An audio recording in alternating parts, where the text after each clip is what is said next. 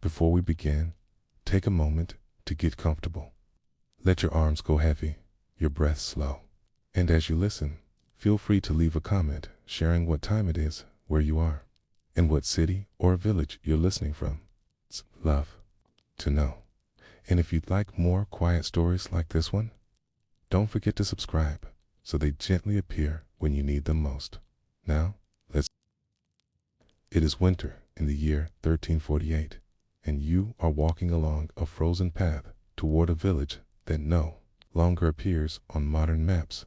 To your left, a dense forest of pine and larch leans under the weight of snow. To your right, the slope drops into frozen pastureland, interrupted by the black bones of harvested fields. Somewhere nearby, you hear the creak of a wooden wheelbarrow. It sounds so dull, so ordinary, that no chronicle would ever bother to record it. But that sound was real. It was the sound of daily survival, and for a woman like Alina, marked the hours between life and death. She was not a noble, not a figure of legend, just a midwife in a forested corner of Bohemia. But her hands ushered over 60 children into the world, sometimes breathing, sometimes not. Her days began in frost and ended in sweat, often with someone else's blood under her nails. The villagers brought her cabbage, goose fat, dried juniper. But that was how they paid her, not in coin, but in thanks and suspicion, always. There was suspicion.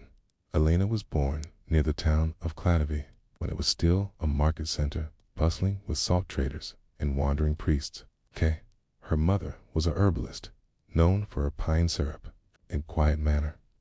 From her, Alina learned how to steep moss for wound cleaning, how to use oxytocin-rich plants to hasten labor, and how to measure fever without a word. We learned, most of all, how to be invisible. Midwives in 14th century Europe were not always welcome guests.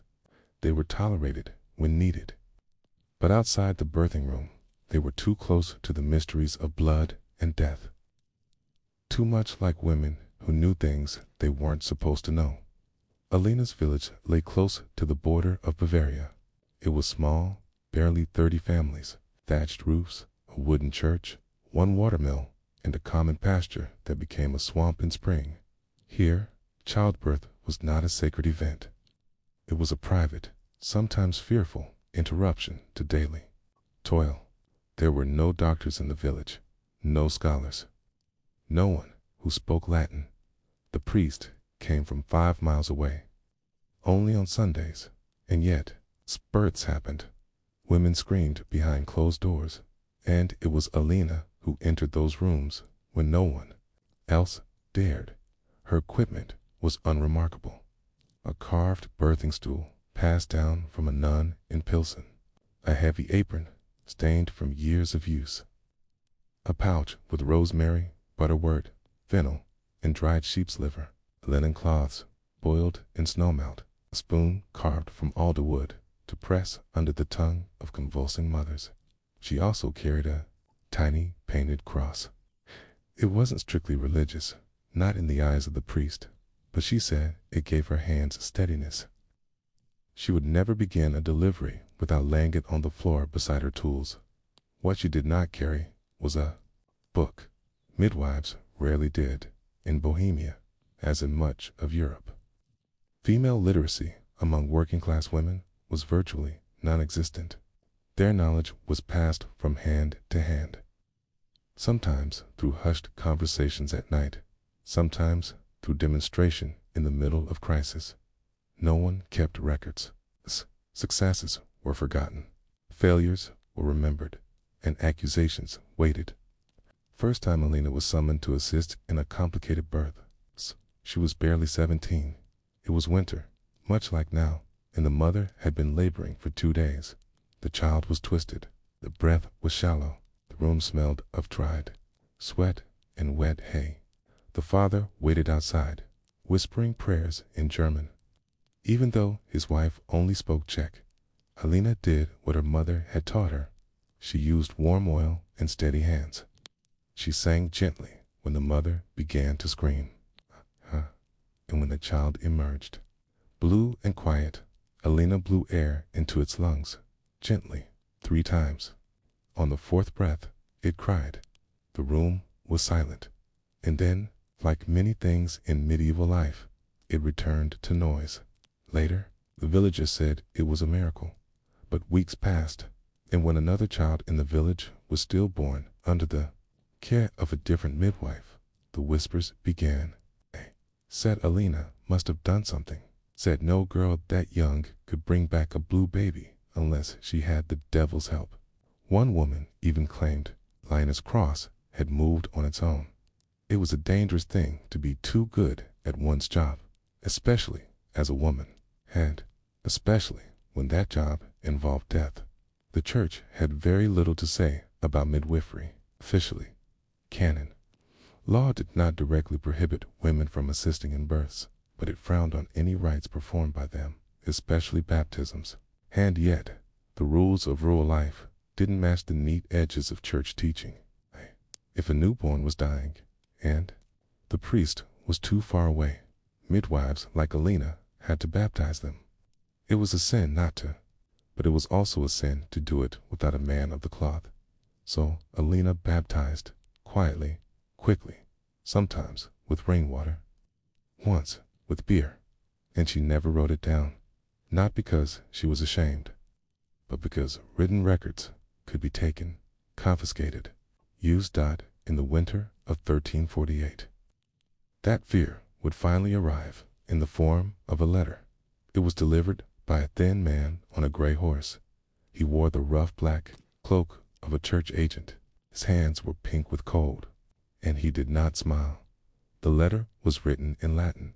Alina couldn't read it, but the priest could. He read it aloud in the chapel, squinting in the candlelight. The letter accused Alina of unsanctioned baptism, unlicensed healing, and suspicious knowledge of birth and death. It cited unnamed witnesses. It demanded her presence before the church tribunal in Pilsen by the end of the month. No one in the village spoke, not even the mothers whose babies she had saved, because silence was safer than association. Even kindness had limits when the church became interested. Alina was 32 years old, and she had never left the village for longer than 2 days. Now she would be riding to a city of stone and fire, where men spoke in tongues she could not understand, where the scrolls outnumbered the trees, where her tools, her stool, her herbs, her tiny painted cross would be viewed not as instruments of mercy, but as threats to the order of heaven. She packed only what she needed: 1 change of clothes, her pouch, her cross, and a single pebble, smooth and oval, that a boy had given her after she saved his mother's life. She didn't know why she brought it, only that it felt heavier than it should have. The snow had melted the day. She left, but the path was muddy, slippery, and as she walked alone toward the distant road, she paused once, looked back at the village, and wondered if any of the children she had delivered would remember her. They wouldn't, not by name, but years from now. A boy named Matij, whose mother nearly died in childbirth, would tell his granddaughter that once, when he was just a toddler, he saw a woman bend over a basin of boiling cloth and whispered to the steam. He never heard her speak, but he remembered the smell of rosemary and how, afterward, his mother finally stopped bleeding. Alina was just a midwife, but she knew too much, and now she was being asked to explain it in a language she could not speak, to a council of men who had never watched a woman die from birth. The trial was weeks away, but the danger had already begun, and as the horses kicked mud behind her and the cloister walls rose like teeth in the distance, one question echoed louder than the rest: what does the church do to women who know too much about blood? By the middle of the 14th century, Alhide was no longer young. Her hair had turned to ash, and her hands had hardened like barky, fingers no longer nimble, but still capable.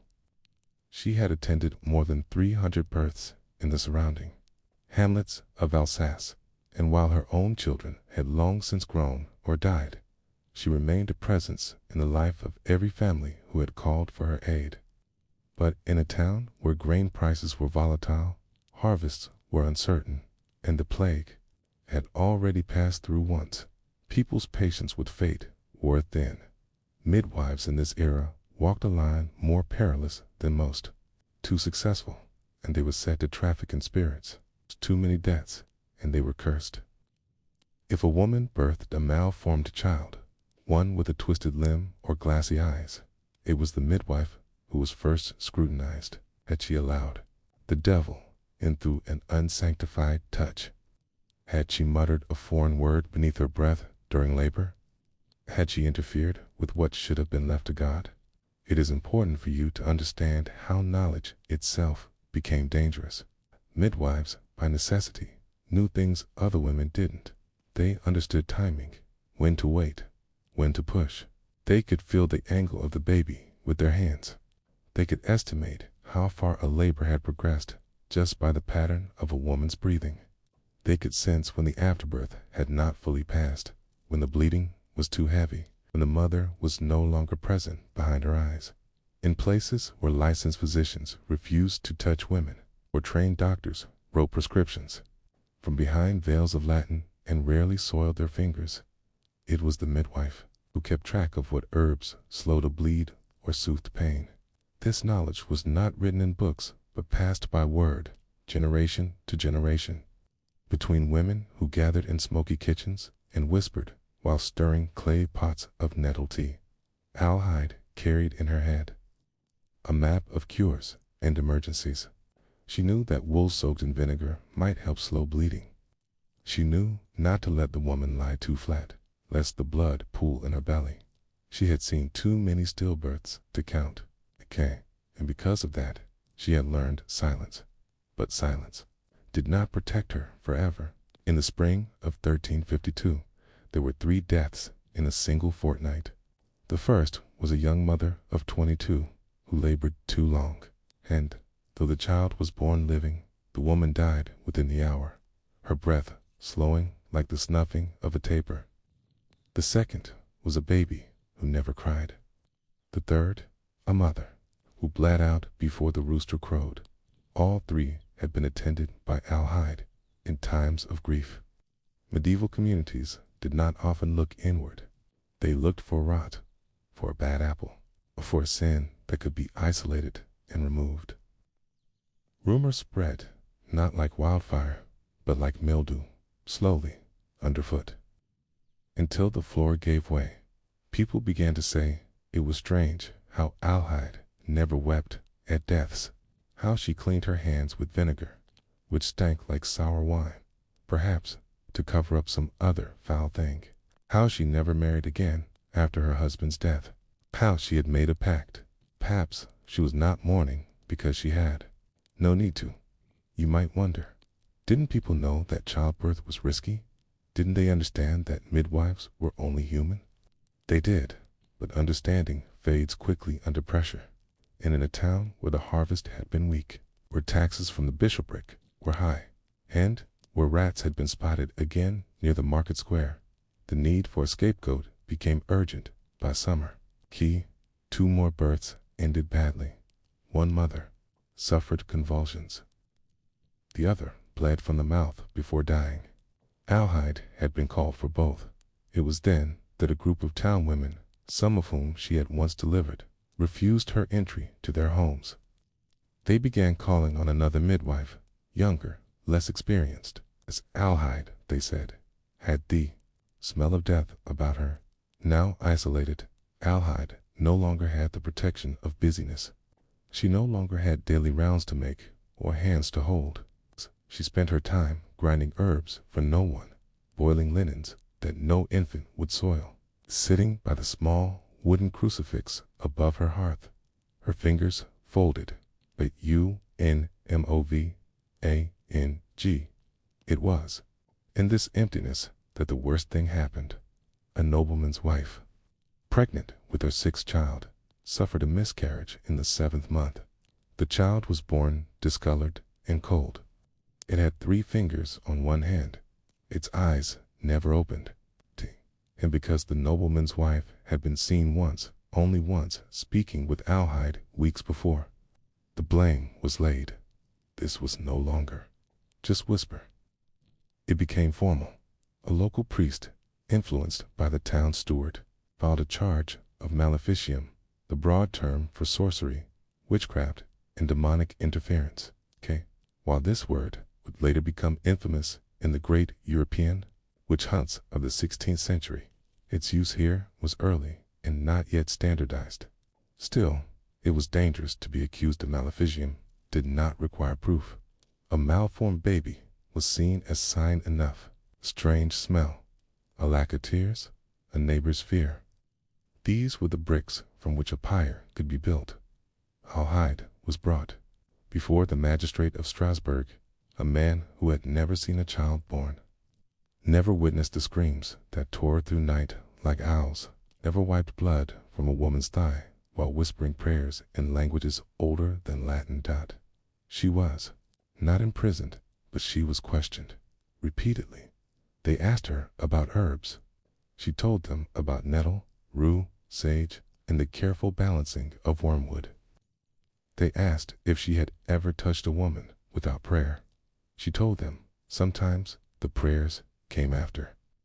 They asked if she had ever made a child live who should have died. She said yes, but that all life was a miracle. They wanted her to name mothers. She would not. They asked if she had ever buried a stillborn without informing the church. She paused. That was enough. The tension grew, not in dramatic fashion, but in the slow, choking way of bureaucracies. A scribe copied her responses. A priest took her statements. A list of known herbalists was formed. She was watched, and as autumn drew in and the town turned inward, people began to forget what she had once done for them. They remembered only that she had been present when others had died. Yet no verdict came. You see, medieval legal systems, especially those influenced by the church, were often more about suspicion than resolution. Accusation could linger like a shadow, a stain that never washed out, even if the clothes were clean. And so Alhide was left in limbo, not cleared, not convicted, just watched. And when a woman went into labor and no one else could come, sometimes she was still called, quietly, in the dark, paid in food, not coin, but always with the warning, do not speak of this.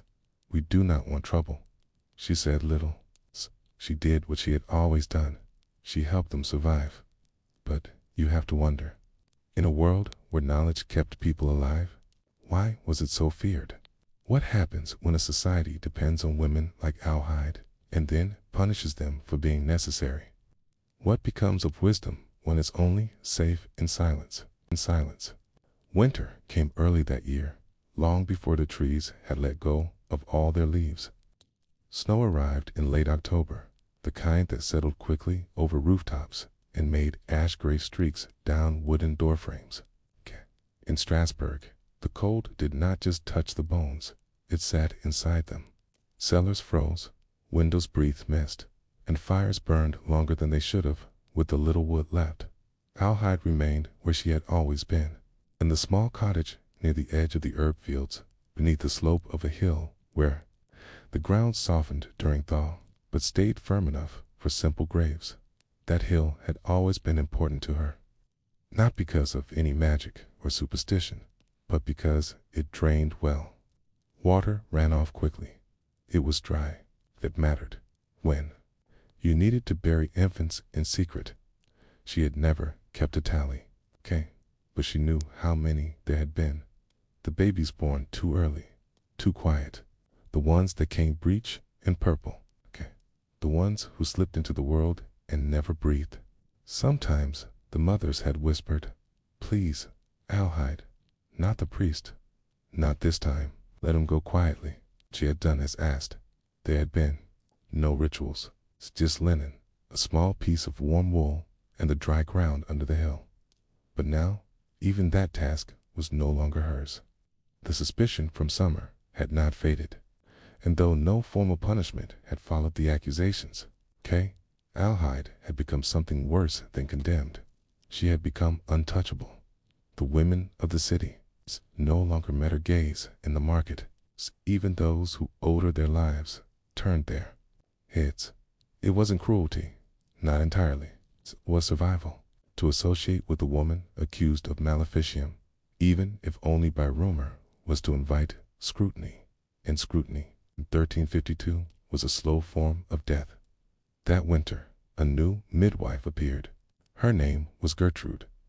She was 27 and newly arrived from the north. Her hands were strong, her back straight.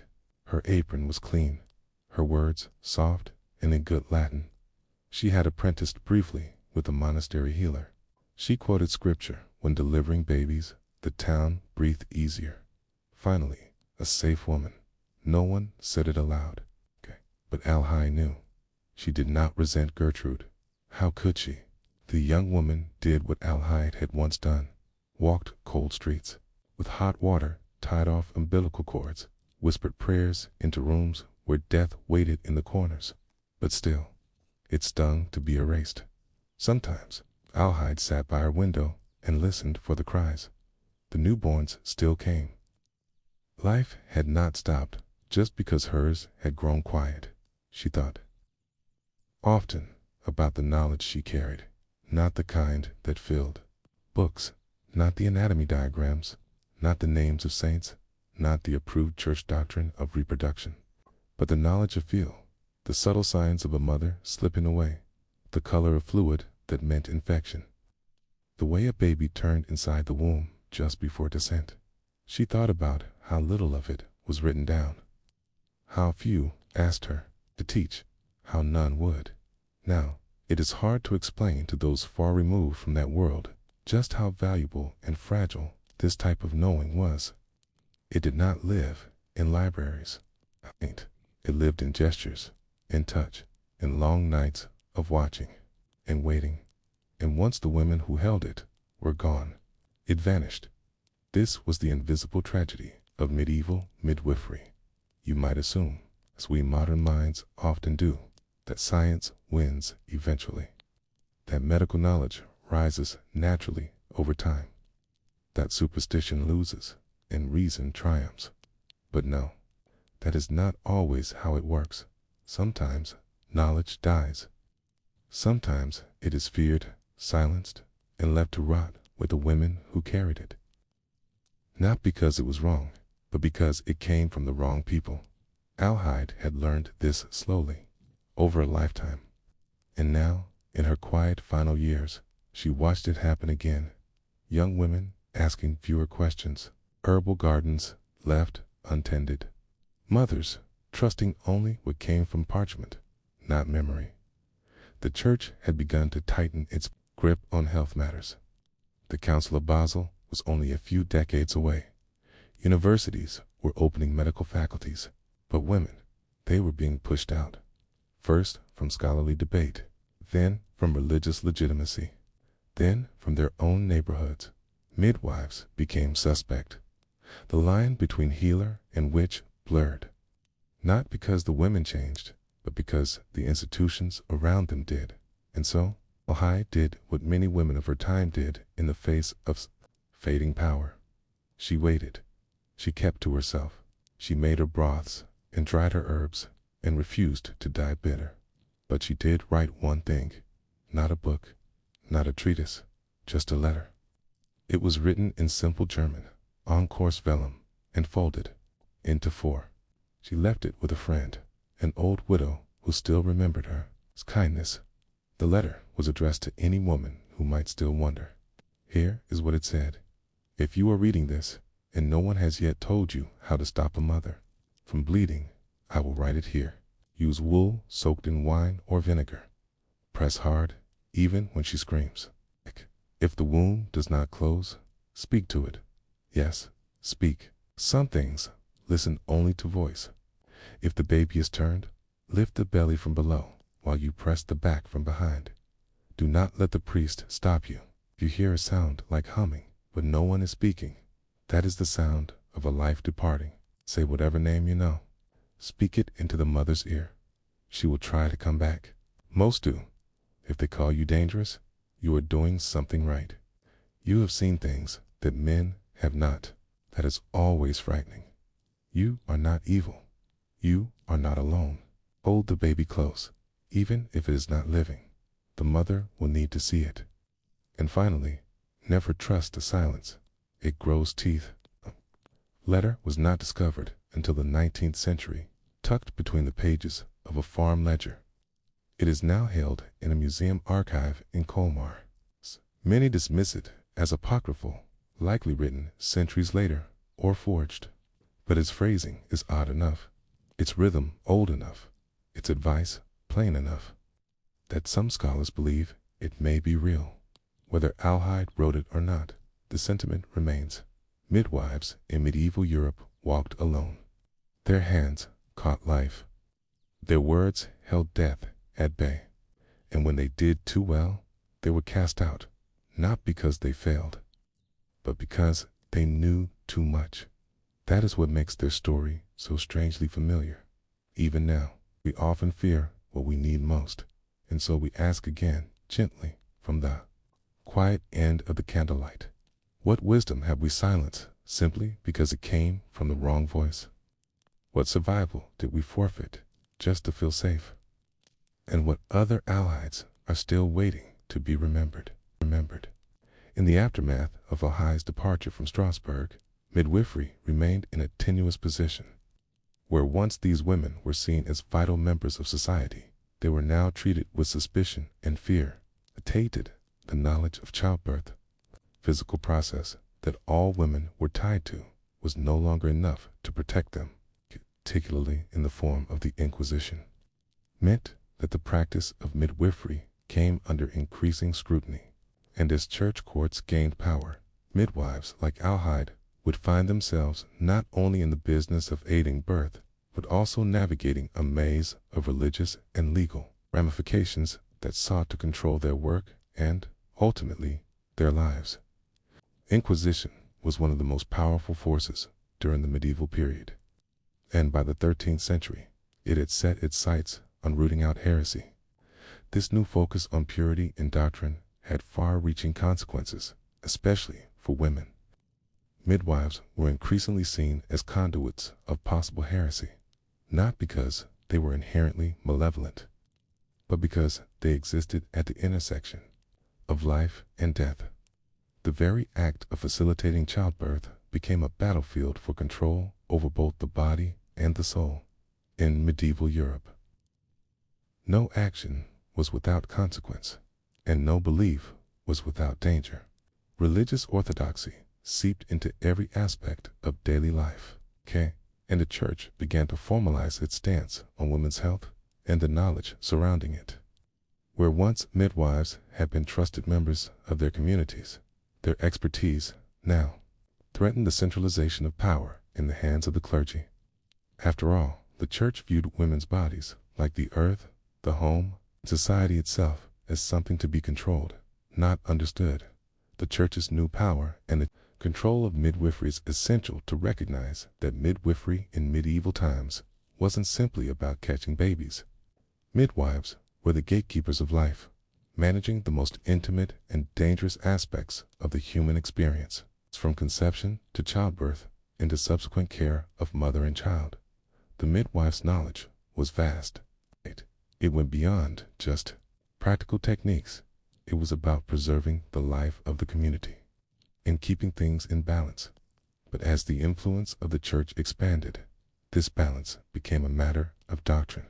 Christianity was concerned with salvation, and any practice that deviated from the established religious narrative became suspect. Medicine, healing, and the control of the body fell under the jurisdiction of the church, and that made midwives targets of suspicion. Their methods, which were passed down orally from one generation to the next, were often at odds with the growing theological understanding of life and death. Midwives were also the ones called upon in situations where the church's teachings were not followed. For example, when a mother wanted to give birth outside the oversight of the church, or when a birth took place outside of marriage, it was often midwives who were seen as complicit in such sinful acts. They were the women who helped the unbaptized come into the world, who assisted women in the act of reproduction when those very acts were increasingly seen as sinful and requiring control. As the church courts became more powerful, they began to prosecute midwives for anything that seemed out of place. This included accusations of witchcraft, heresy, and even treason. By the 14th and 15th centuries, midwives were frequently brought before the Inquisitions, tried for practices that were considered outside the religious doctrine, and sometimes executed as witches. The role of women in the church courts, the Inquisition, especially in its early form, was often led by priests or inquisitors who weren't interested in understanding the nuances of midwifery. Instead, they were focused on purging evil from the community, often with little regard for the realities women faced when delivering babies. The methods used to catch midwives practicing heresy were cruel and coercive. Accused of witchcraft, for example, were often subjected to torture in order to extract confessions, whether they were guilty or not. Accusations of heresy were often based on the tiniest of things. A midwife who used certain herbs to ease labor might be accused of dabbling in magic. If she was seen speaking to another woman or attending a birth outside of the church's oversight, she could be suspected of performing a sacrilegious act. The very act of midwifery was seen by some as magic, something that couldn't be explained by the Bible. One of the most harrowing aspects of this period was the role of women within the Inquisition. The very same women who had been accused of being witches were often the ones called upon to testify against their fellow midwives. The testimony of women accusing other women was one of the most powerful tools in the church's arsenal. Women who feared being accused of witchcraft themselves were all too willing to point fingers at others, and midwives, particularly those who practiced their art in rural areas or on the edges of towns, found themselves under suspicion. Midwives often had to walk a fine line. They had to attend births. They had to know the practices and customs that had been passed down through generations. And yet, they had to do it all while navigating a church that considered them enemies of faith. The cases that arose from these trials were often steeped in superstition and rumor. Midwives who were accused of dark arts or magic had no way of defending themselves against the twisted logic of the church. Any practice that couldn't be explained by religious dogma was suspect, and midwives' work was often seen as a direct challenge to the religious orthodoxy that sought to control life itself. As the centuries went on, the fear and suspicion surrounding midwives only deepened. They were forced to confront not only the dangers of childbirth, but also the growing suspicion of their own communities, who now saw them as suspects and sometimes as criminals. And worse still, as the trials and persecutions grew more intense, the connection between the church's legal powers and midwifery only became more pronounced. By the mid-14th century, the slow grind of church bureaucracy had taken hold of many parts of Europe. Legal cases were logged in ecclesiastical ledgers, detailed with meticulous script, seals, and accusations inked beside names that have long since crumbled from memory. One recurring name throughout these documents, not always with the same spelling, not always with the same ending, was that of a midwife. She might have been called Margaretha in one town, Aniko in another, Isolde in yet another. But the story was eerily similar. An older woman, often unmarried or widowed, with no male patron, who had assisted in dozens, if not hundreds, of births over the years. These were not sorceresses in pointed hats. They were village women, with calloused hands, long memories, and a satchel of herbs slung at their side. That satchel, its contents, its whispers, its unseen knowledge was often the beginning of their downfall. The herb satchel, bundle of threats, the herbal knowledge passed down among midwives wasn't simply folk tradition, it was clinical survival. While the church clung to Galenic medical theory or sanctioned prayers, midwives relied on wild harvested roots, crushed leaves, and poultices steeped in warming oils. rue from muscle spasms, pennyroyal to induce menstruation, accord to ease labor, yarrow for bleeding, and for baptizing stillborns. Special preparation of warmed water, not recognized by canon law, but desperately needed in the moment. Midwives did not see these remedies as rebellion, but the church did. To the male clerics of inquisitorial courts, midwives operated in secrecy. K whispered strange incantations to ease pain. K, they offered comfort without invoking the names of saints. They touched the most sacred and most profane parts of the female body in total privacy. To a church increasingly concerned with moral control, this was unacceptable. The fear wasn't just about women's bodies, it was about who had the right to mediate between life and death. And in the eyes of the church, only men in robes should have that power. By 1487, this fear had reached its most dangerous articulation in the publication of the Malleus Maleficarum, the Hammer of Witches. This treatise, written by two Dominican inquisitors, Heinrich Kramer and Jacob Sprenger, linked midwives directly to witchcraft. It claimed that midwives killed infants during delivery, offered them to the devil, and caused miscarriages through spells and potions. The book's argument was dangerously circular. If a midwife eased pain, she must be doing something unnatural. If she refused to baptize a stillborn baby, she was denying its soul. She tried to baptize it herself, she was performing a sacrament she had no right to conduct. Every path led to condemnation. And the terrifying thing was, the church courts listened. The trials, clerical men, female knowledge, and painful silences let us imagine. Then, the ordeal of a midwife named Clara, a name lifted from Real. Trial records in southern Germany. 1496. Clara had assisted in the births of many of her neighbors' children. Her hands knew how to reposition a breech baby. Her ears knew the rhythm of breathing before hemorrhage. Her mouth knew the right words to calm a frightened young mother in a freezing wooden hut. Case. Mid-contraction. But one winter, a child was stillborn. The mother swore Clara had whispered Latin phrases over the body. The father, grief-stricken, demanded an investigation. A local priest, newly arrived and eager to assert authority, summoned Clara before the bishop's court. The teen inquisition was informal but terrifying. No one defended Clara. No one stood behind her. The court asked, had she ever used herbs not sanctioned by the church's apothecary? Had she ever said a prayer without a priest present? Had she ever been paid in kind, eggs, bread, wool? Instead of asking for divine blessings alone, Clara's answers, whatever they were, did not matter. The court had already decided she needed correction. She was detained, shackled in a cellar beneath the chapel, and subjected to gentle inquiry. In practice, this meant isolation, sleep deprivation, and finally, the rack. All to extract a confession that she had committed unnatural acts during the sacred act of birth. Clara did confess eventually, but not to witchcraft, not to any crime. Only that she had once asked the Virgin Mary to intercede on behalf of a stillborn baby.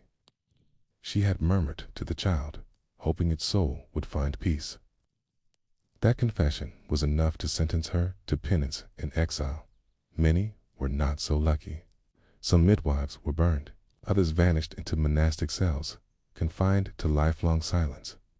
Their herb satchels were destroyed, their names erased from town records, and their knowledge, generations of medical care rooted in experience, was lost to smoke and fear.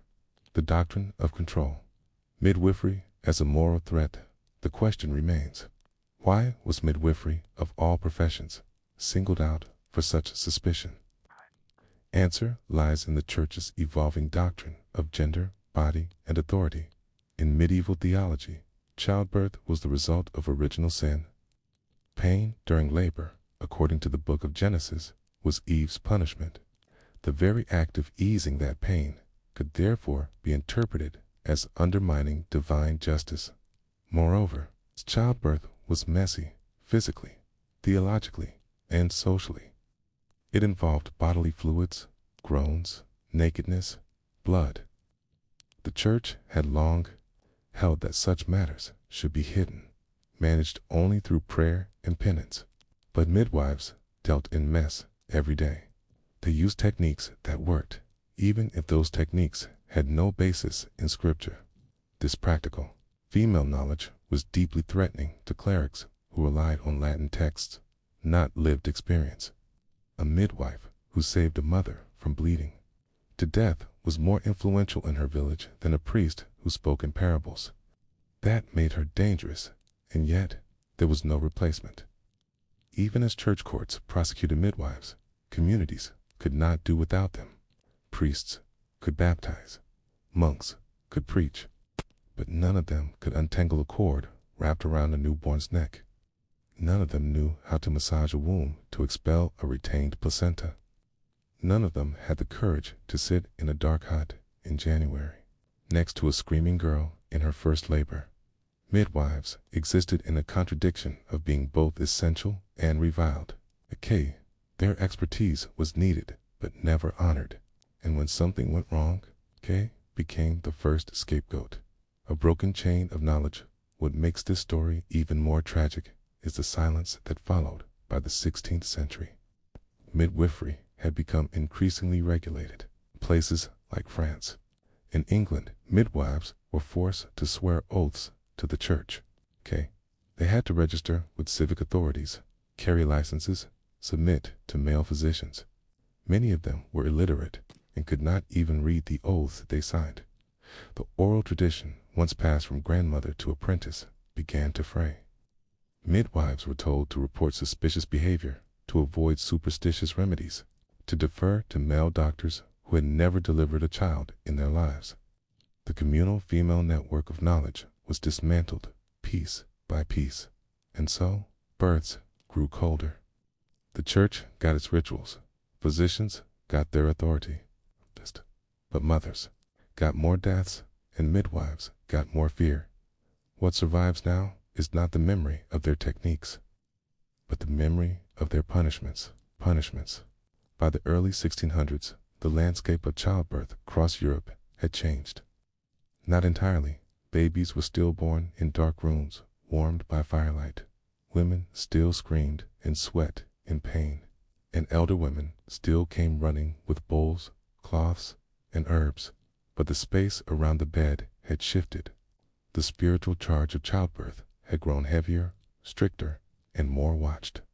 Where once it had been only the midwife, the mother, and the moment, now the shadows around the birthing bed held more suspicion, documentation, and the presence of rules that could not be seen but were very much felt. This section of the story, the final one, is not about a specific woman's name pulled from a register. It's about all of them, the many, the voiceless, the recordless, calmed, the women who watched their work become criminalized, their knowledge replaced, and their daughters frightened into silence. And it's about how something as simple and boring as childbirth became the battleground for power, faith, control in medieval Europe. A room darkened by Rue's picture, small village in Bavaria around 1612. The sun is setting behind the sloped roofs of thatched cottages.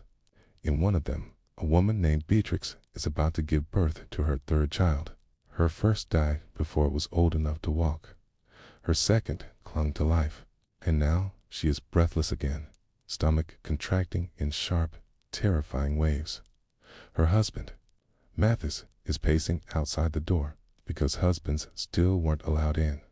Inside, the midwife Elsbeth has already boiled water, set out cloths, and laid a small carved cross beside the bowl. But now, there is something new in the room. Not a priest, not a physician. Scribe. The parish scribe has come to document the birth as decreed by the regional bishop. He is not here to help. He is here to ensure the baby is baptized properly. He watches, he listens, he makes notes. Elsbeth is aware of every movement she makes, every herb she considers using. If she reaches for something unlisted in the official guidebook, like Bethany or Artemisia, she risks suspicion. She says a prayer that hasn't been officially sanctioned. It may be called heresy. If the child dies, the pen will record it. And if a child dies and wasn't baptized, that pen could become a dagger. This is what midwifery had become in the late medieval period. The room of birth, once a place of female presence, emotional solidarity, and private power, was now an open document, exposed to clerical inspection. Midwives didn't just deliver babies, they delivered records. They followed rules, and they did so under pressure no male physician would have understood. The baptism crisis, one of the greatest flashpoints between midwives and the church, was baptism. In medieval belief, an unbaptized child's soul was lost forever.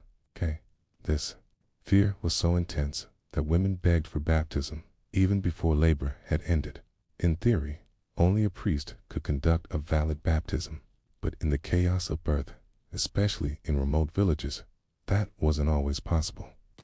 So midwives performed them, quietly, desperately. They whispered the words over half-living infants. They sprinkled water over tiny foreheads. They declared, "Ego te, baptizo, ... hoping the soul had heard them. But this created a new problem. The church, seeing its ritual authority bypassed, began requiring midwives to keep written testimony of every emergency baptism. In some regions, they had to bring witnesses. How do you find witnesses at midnight when a baby is born blue?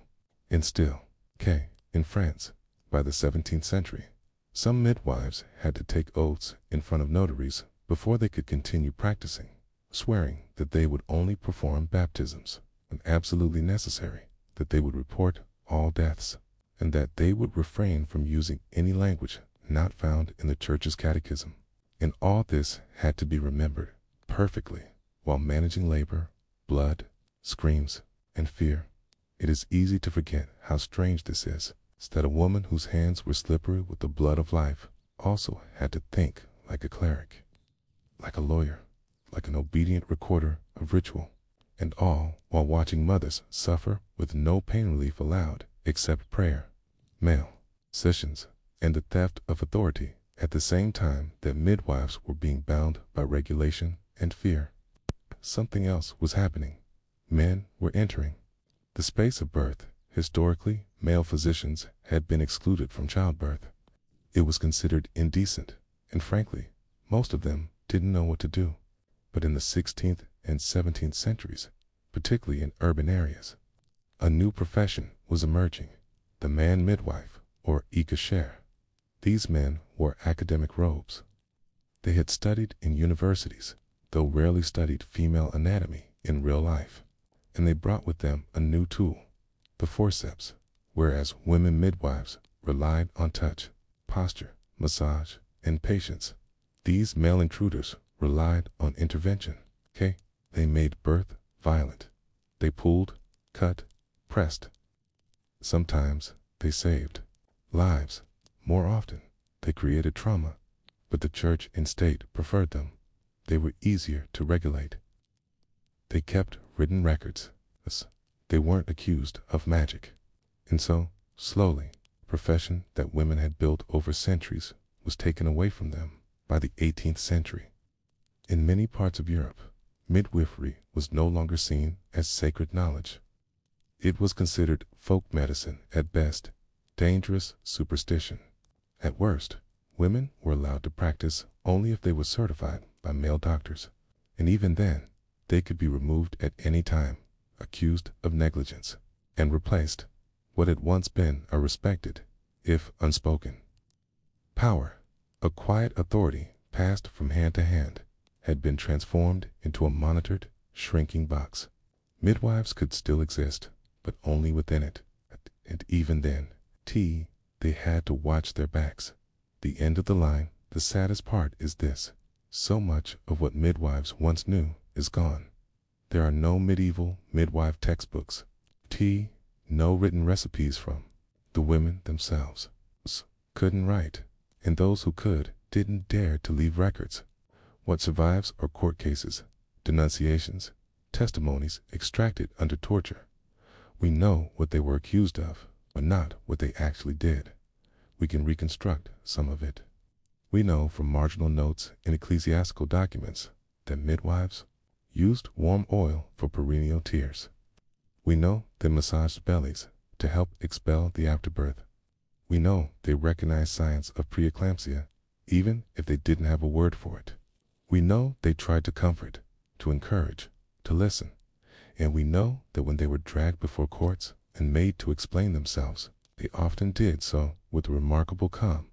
In a trial from Geneva, 1521, a midwife named Agnes was asked if she had ever summoned spirits. She replied, "No, but I have seen women call upon saints for strength.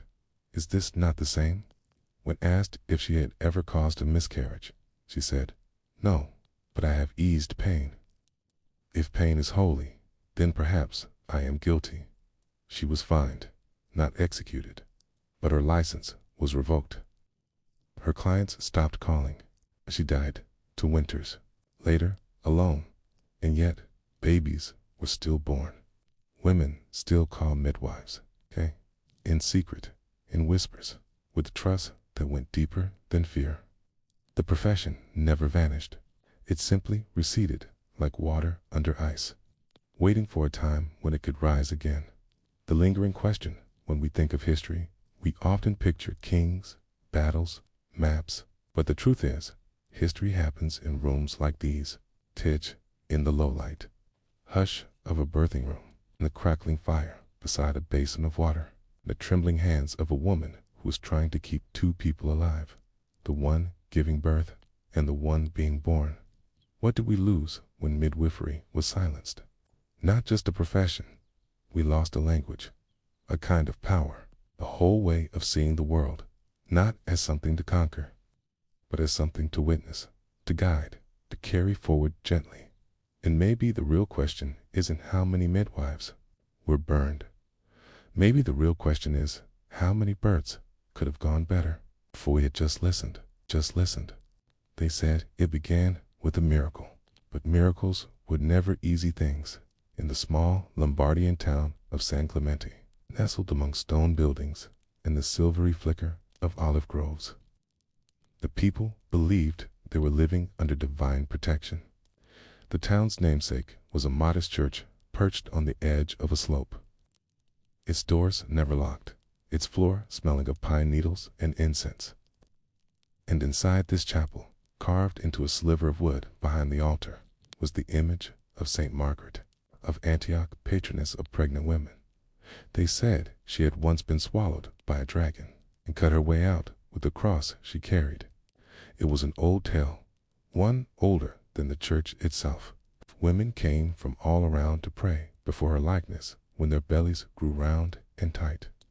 They tied small ribbons to the altar rail. They lit beeswax candles and whispered names they hoped their babies would live to carry. For one woman, Lucia, the prayer did not work. It was the autumn of 1396 when Lucia went into labor with her first child. Her husband, Pietro, was a cooper by trade.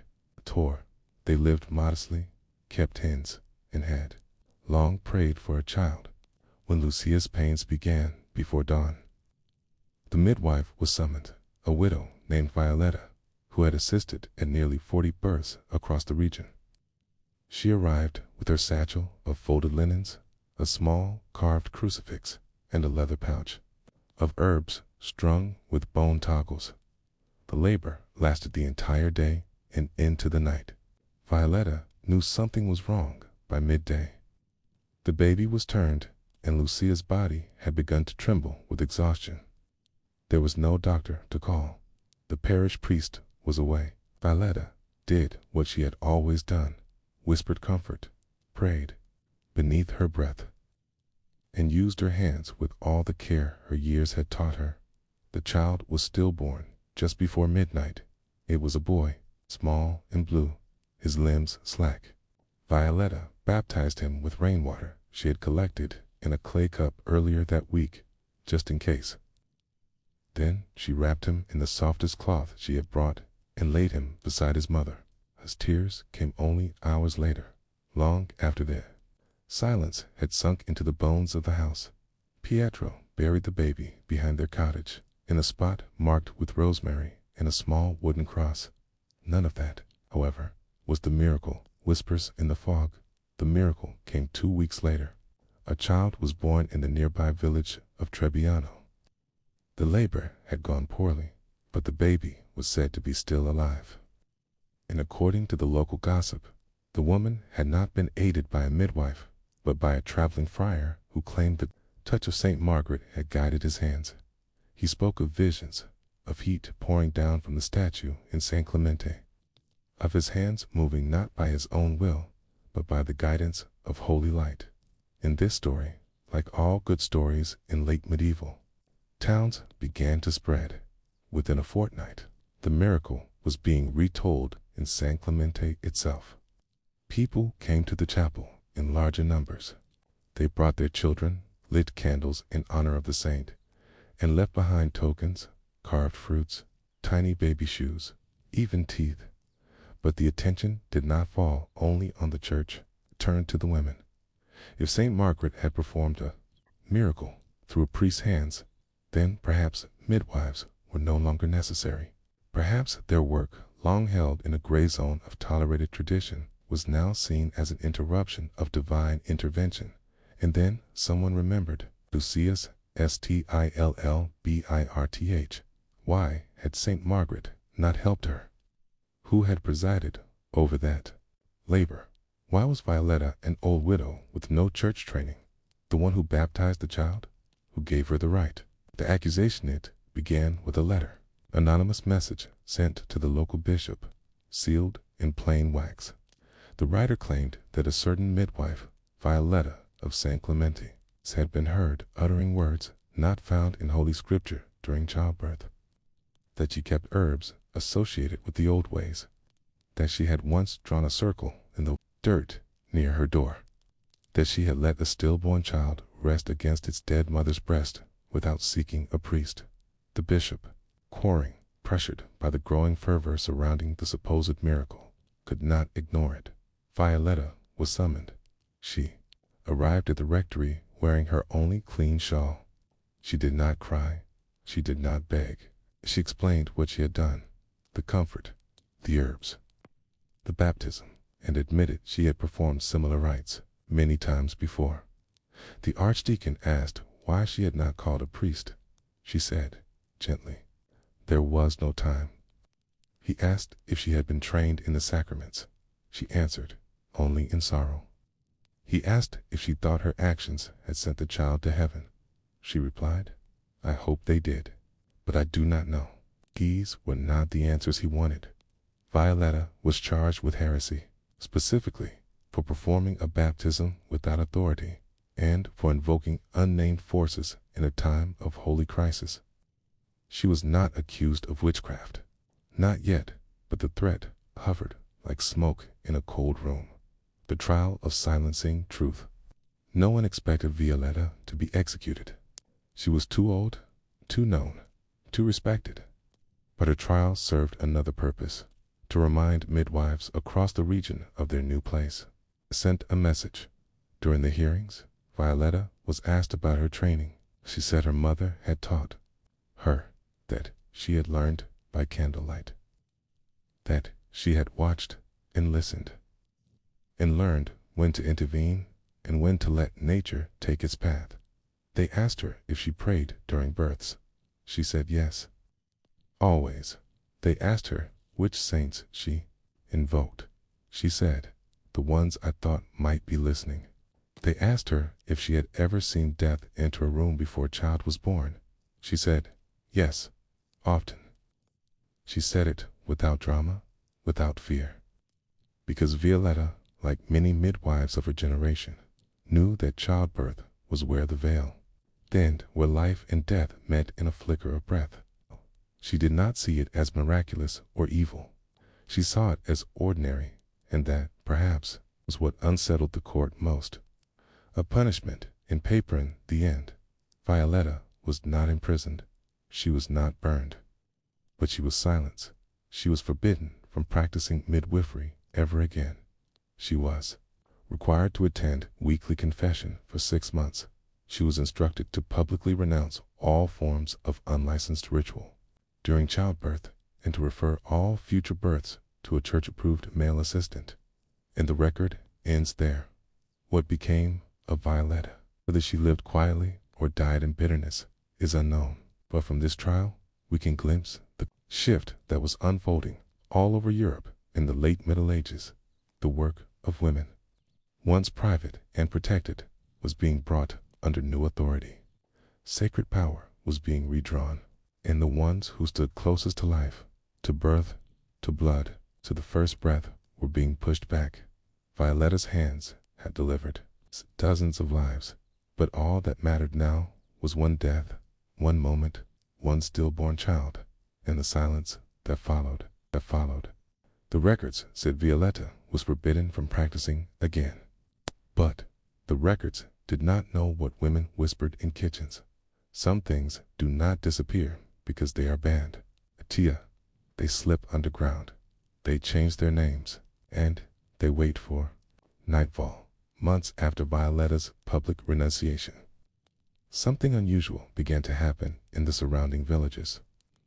A different woman started appearing at night when laboring mothers sent for help. She came cloaked with a small wooden cross tied into the folds of her shawl. She asked no fee. She gave her name only as Agnes. Some swore she had gray hair like frost.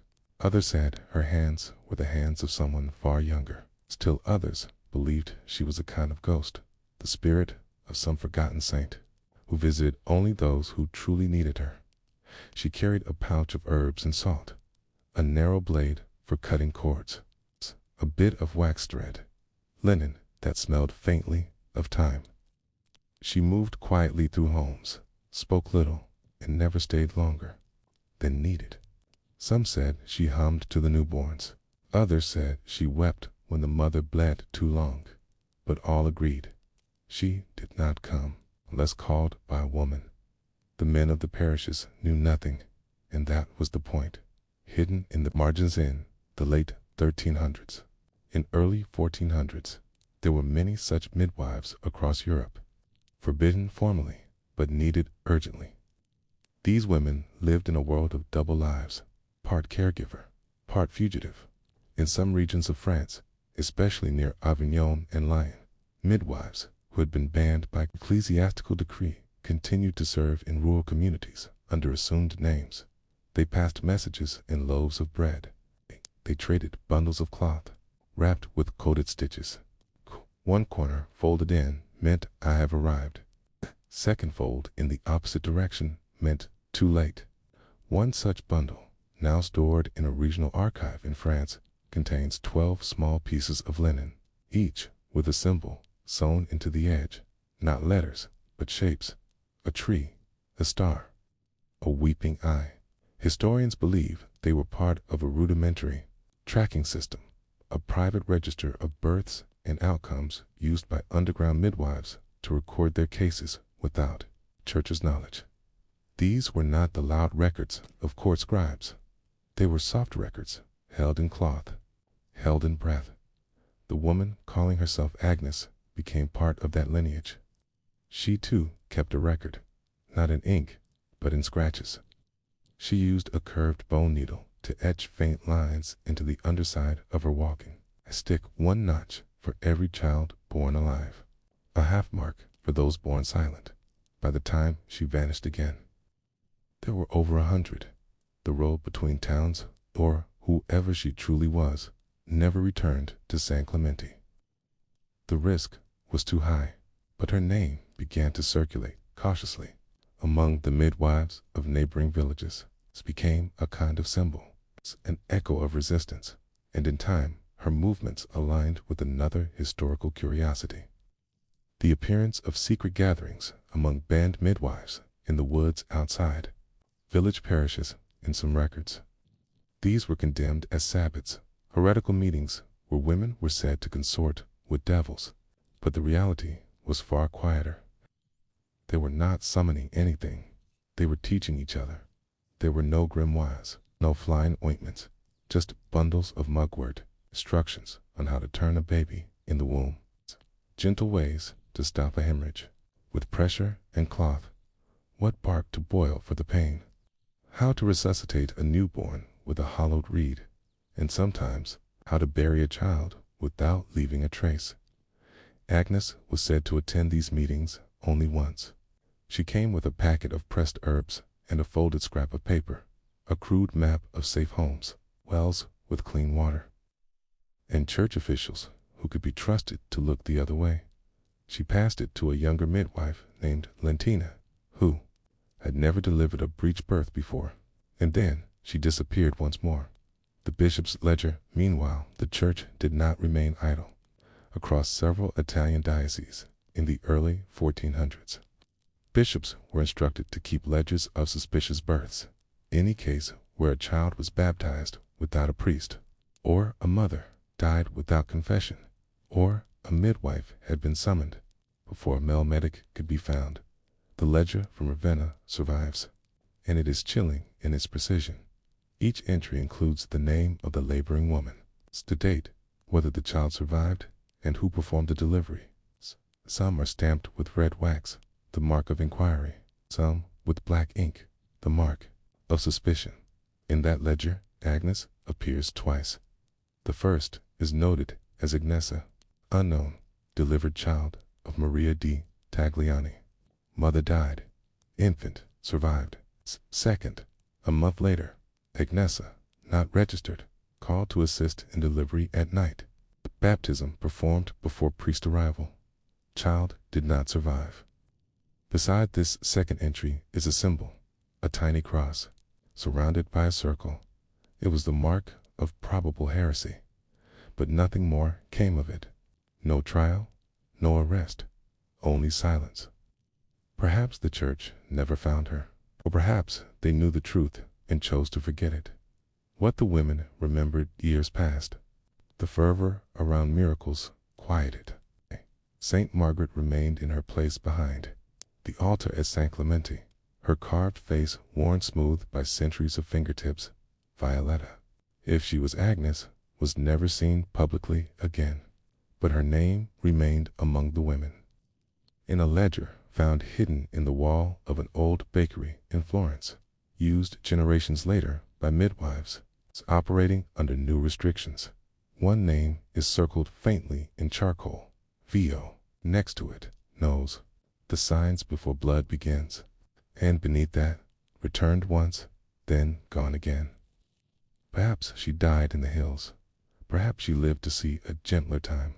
Perhaps she became part of that long line of nameless midwives who shaped history from behind curtains and under candlelight, who baptized babies with rainwater, who wrapped the dead in quiet cloth, and who were remembered not in books, but in breath, even in their exile.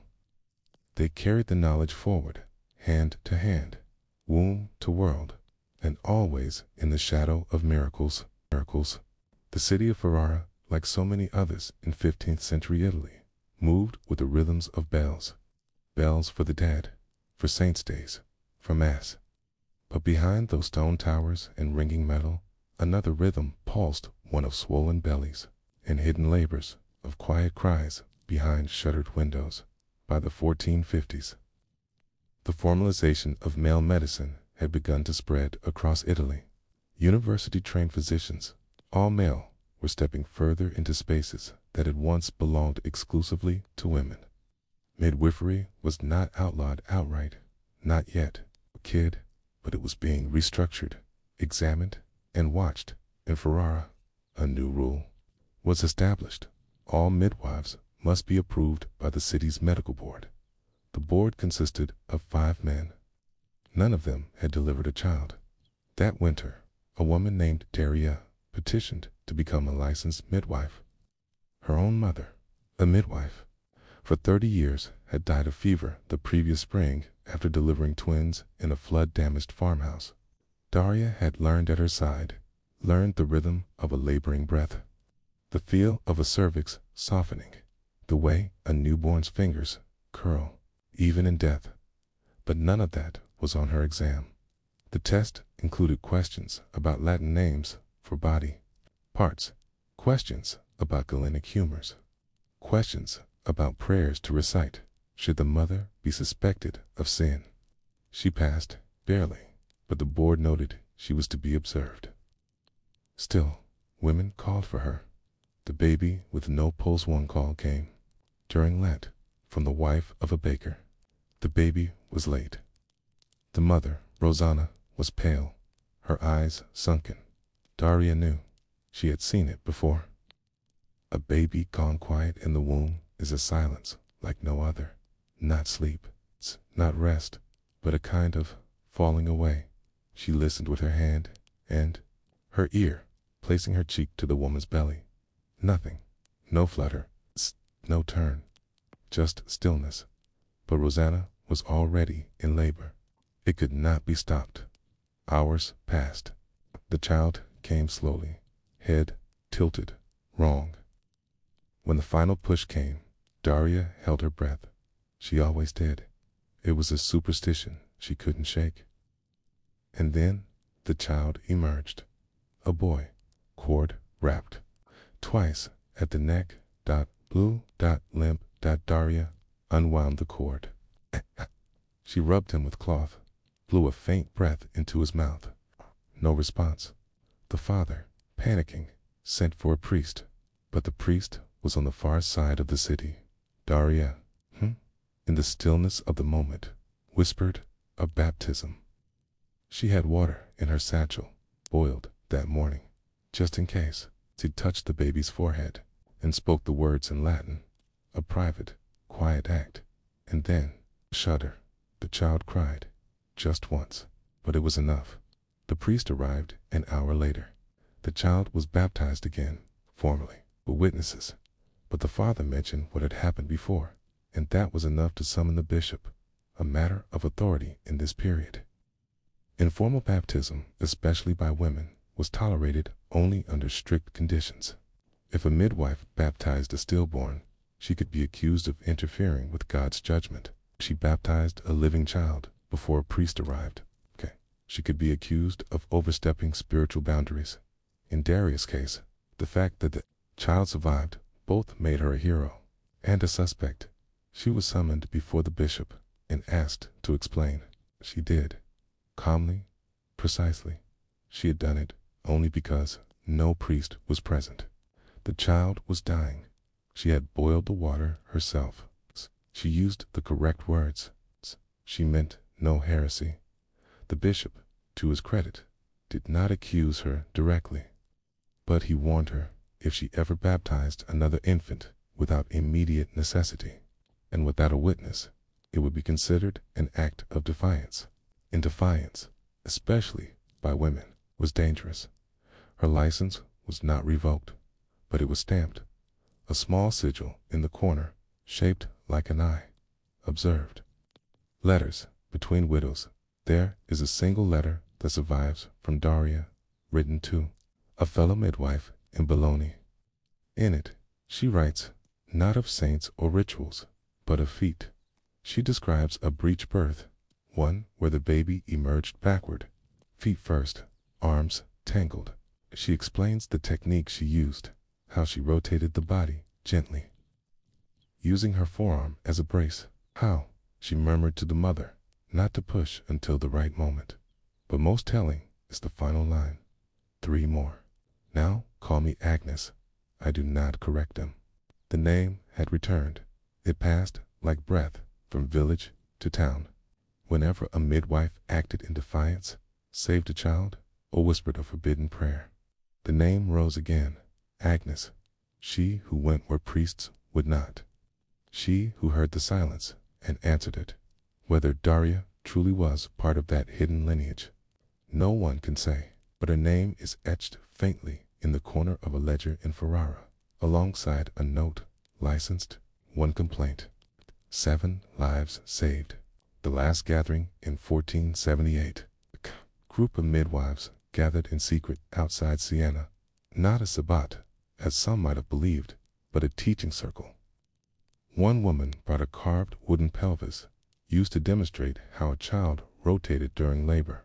Another passed around dried herbs for bleeding yarrow, shepherd's purse, wild alum. A third spoke of a new regulation.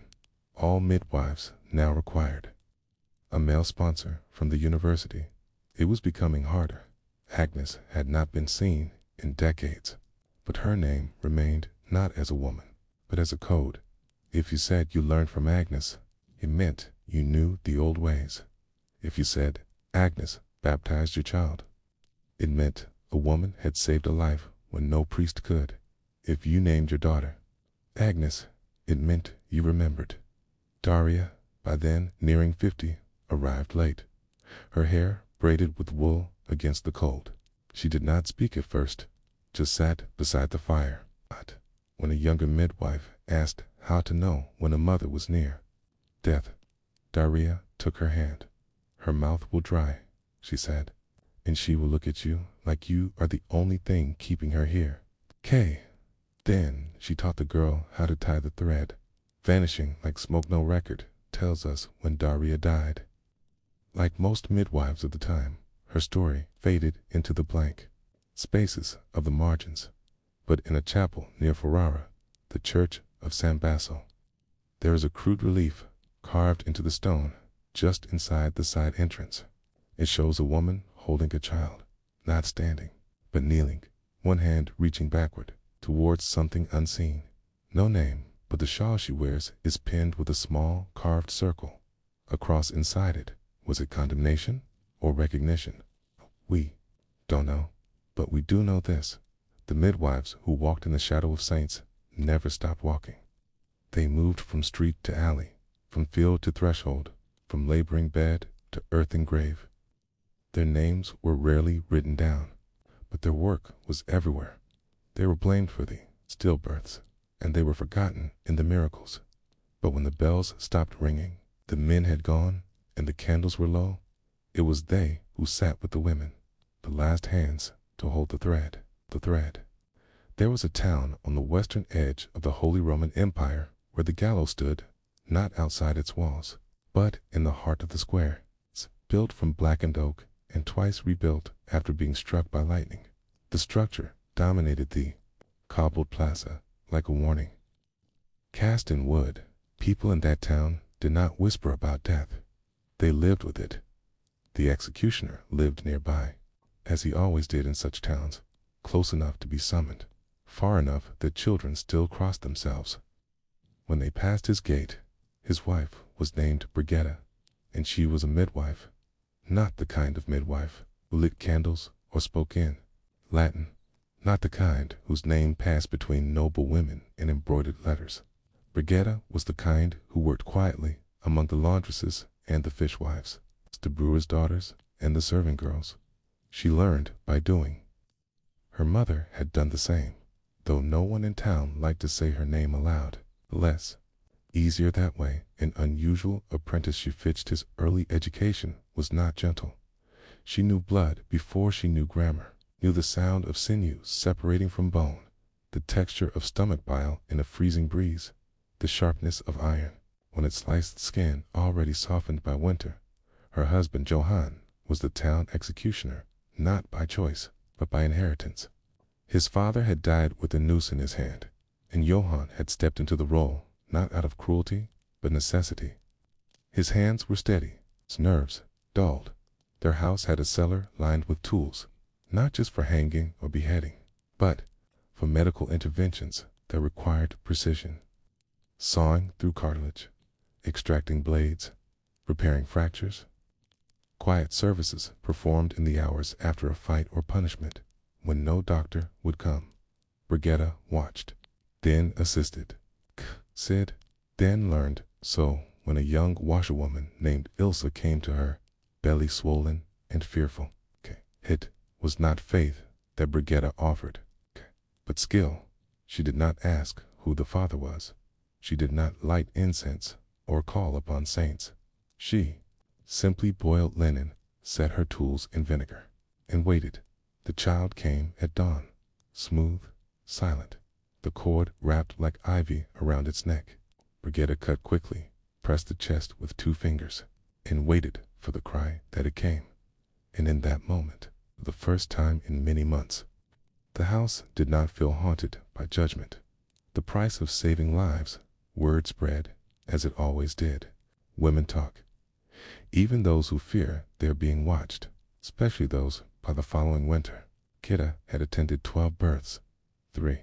Stillborn. 9 survived. 2 of the mothers did not. And that was when the whispers began.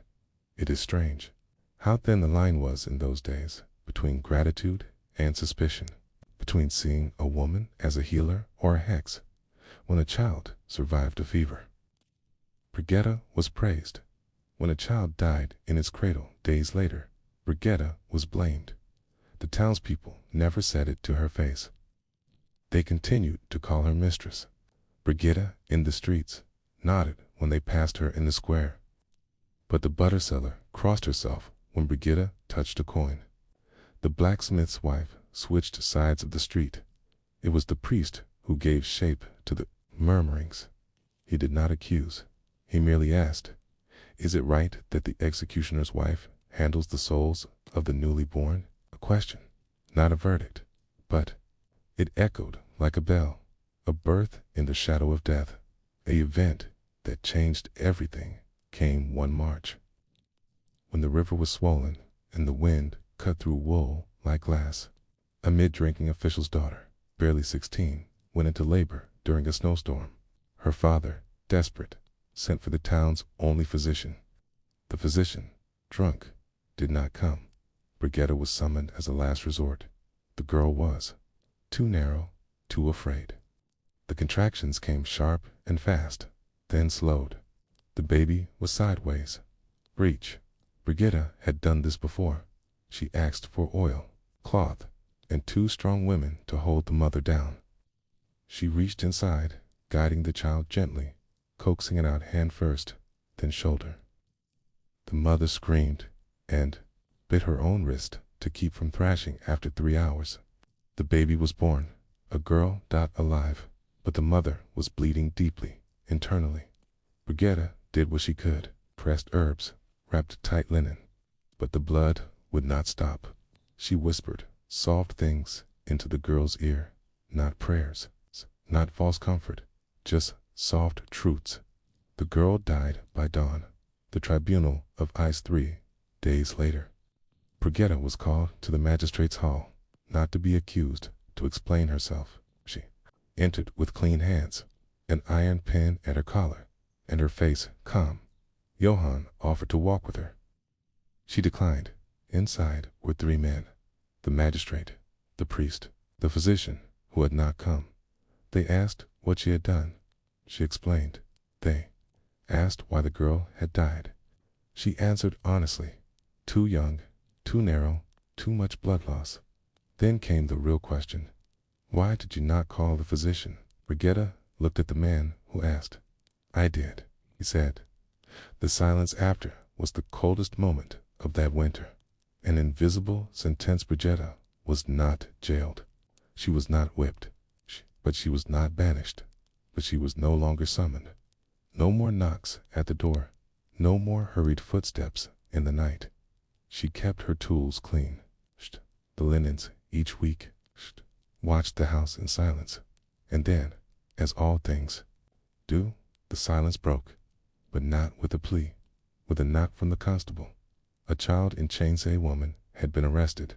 A scullery maid. She was accused of hiding a birth, and worse, of disposing of the child. A search found a blood-stained cloth, signs of recent labor. But no child. Under questioning, the girl confessed, not to murder, but to panic. She said she had tried to deliver the child herself, born without breath. She buried it in the garden. Brigetta was called in, not to help, but to examine, to determine if the girl had given birth. It was not the work of a midwife. It was the work of a witness. And Brigetta said what she knew was true. Yes, she gave birth. And with that, the girl was sentenced to hang. The final request, the morning of the execution. The girl's mother came to Brigetta's door, pale, shaking. She held out a bundle of letters and a final plea. stay with her.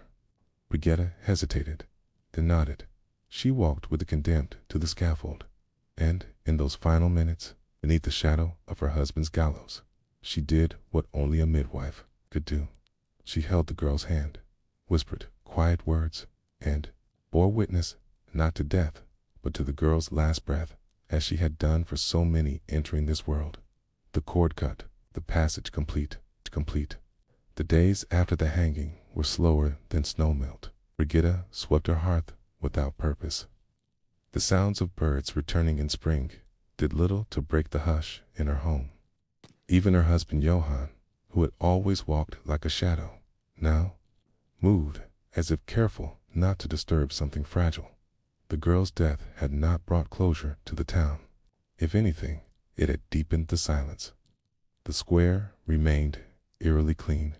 The scaffold, scrubbed and left to dry, stood empty but still fresh. The townsfolk no longer avoided Brigitta. They pretended she wasn't there at all. Not many realized what had shifted, but the women knew, not the ones in fur and linen, but those who knelt in cellars to turn cheese, or clean chamber pots, or wash their rags in the river. The quiet ones. They knew the shape of a scapegoat. They had seen it before. Brigitta wasn't hated. She was needed, and needing someone like her. A woman touched by death made others feel exposed, so her name was whispered less. But her work didn't. It simply returned underground births. Behind bolted doors, the first to come back was a brewer's daughter named Agnes. Her husband was a cartwright who had lost his leg in a wheel collapse. She had birthed 3 children already, the first 2 stillborn, the third alive but quiet. When her 4th pregnancy quickened, she waited until the household was asleep, wrapped herself in a dark shawl, and walked the side road to Brigitta's gate. She knocked once. Brigitta answered with no candle dot inside. The fire was already warm, cloths soaked, tools laid flat. Silence as thick as plaster. This was no longer a town of public celebrations for childbirth. No midwives were summoned with music or ale. The practice had returned to the shadows, where it had always lingered.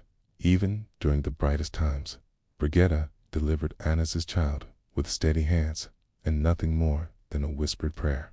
To the stove for heat, the child survived, and so did the mother, but neither would speak of what helped them. It was too dangerous now. Midwifery, once an open practice in the town, had become a quiet rebellion. The knowledge that could not be unlearned, Brigitta kept a notebook. She had started it when she was young, mostly sketches, symbols, lists of herbs, reminders for cord placement, or signs of infection. Over time, it grew into something more: diagrams of rotated wombs, notes on unusual birth defects, brief records of mothers who had not survived. She never used names. She never wrote dates. The book was not meant for fame or study. It was a mirror, a way to remember and measure, to catch what could not be said aloud. She hid it in a crevice behind the fireplace stone. For years, no one touched it, but her niece came to live with them. A new apprentice. Greta was 12 when her mother died of fever. She had a crooked smile and a knack for finding trouble. Johann, who had no patience for children, suggested sending her to a convent, but Brigitta insisted she stay. She needs something to do, she said, so Greta learned how to dry herbs, how to wrap bandages, how to tell the difference between river water and cistern water by smell alone. Brigitta didn't mean to teach her midwifery, but children learn what they're around. And so, one spring morning, when a woman collapsed near the livestock pens and went into early labor on the dirt, it was Greta who ran for the bag, Greta who laid the cloth, Greta who caught the child in shaking arms. Brigitta only guided. The woman survived. The baby did not. And when Greta cried that night, not from fear, but from rage, Brigitta handed her the notebook. Write what you saw. Greta did. And a second generation of quiet midwifery began. Herbs, needles, and other suspicious things midwives in medieval Europe often walked the knife edge between medicine and accusation. They knew the properties of rue and pennyroyal, ergot and mugwort. They understood how to stem bleeding with boiled nettle, how to encourage labor with fennel and wine, how to swaddle a newborn with just the right tension so their limbs grew straight. But in many towns, especially those with literate clergy, this knowledge was regarded with suspicion. Healing could too easily be confused with interference in the will of God. By the late 14th century, midwives began to appear in court records, not only as witnesses to birth, but as defendants in trials for maleficum,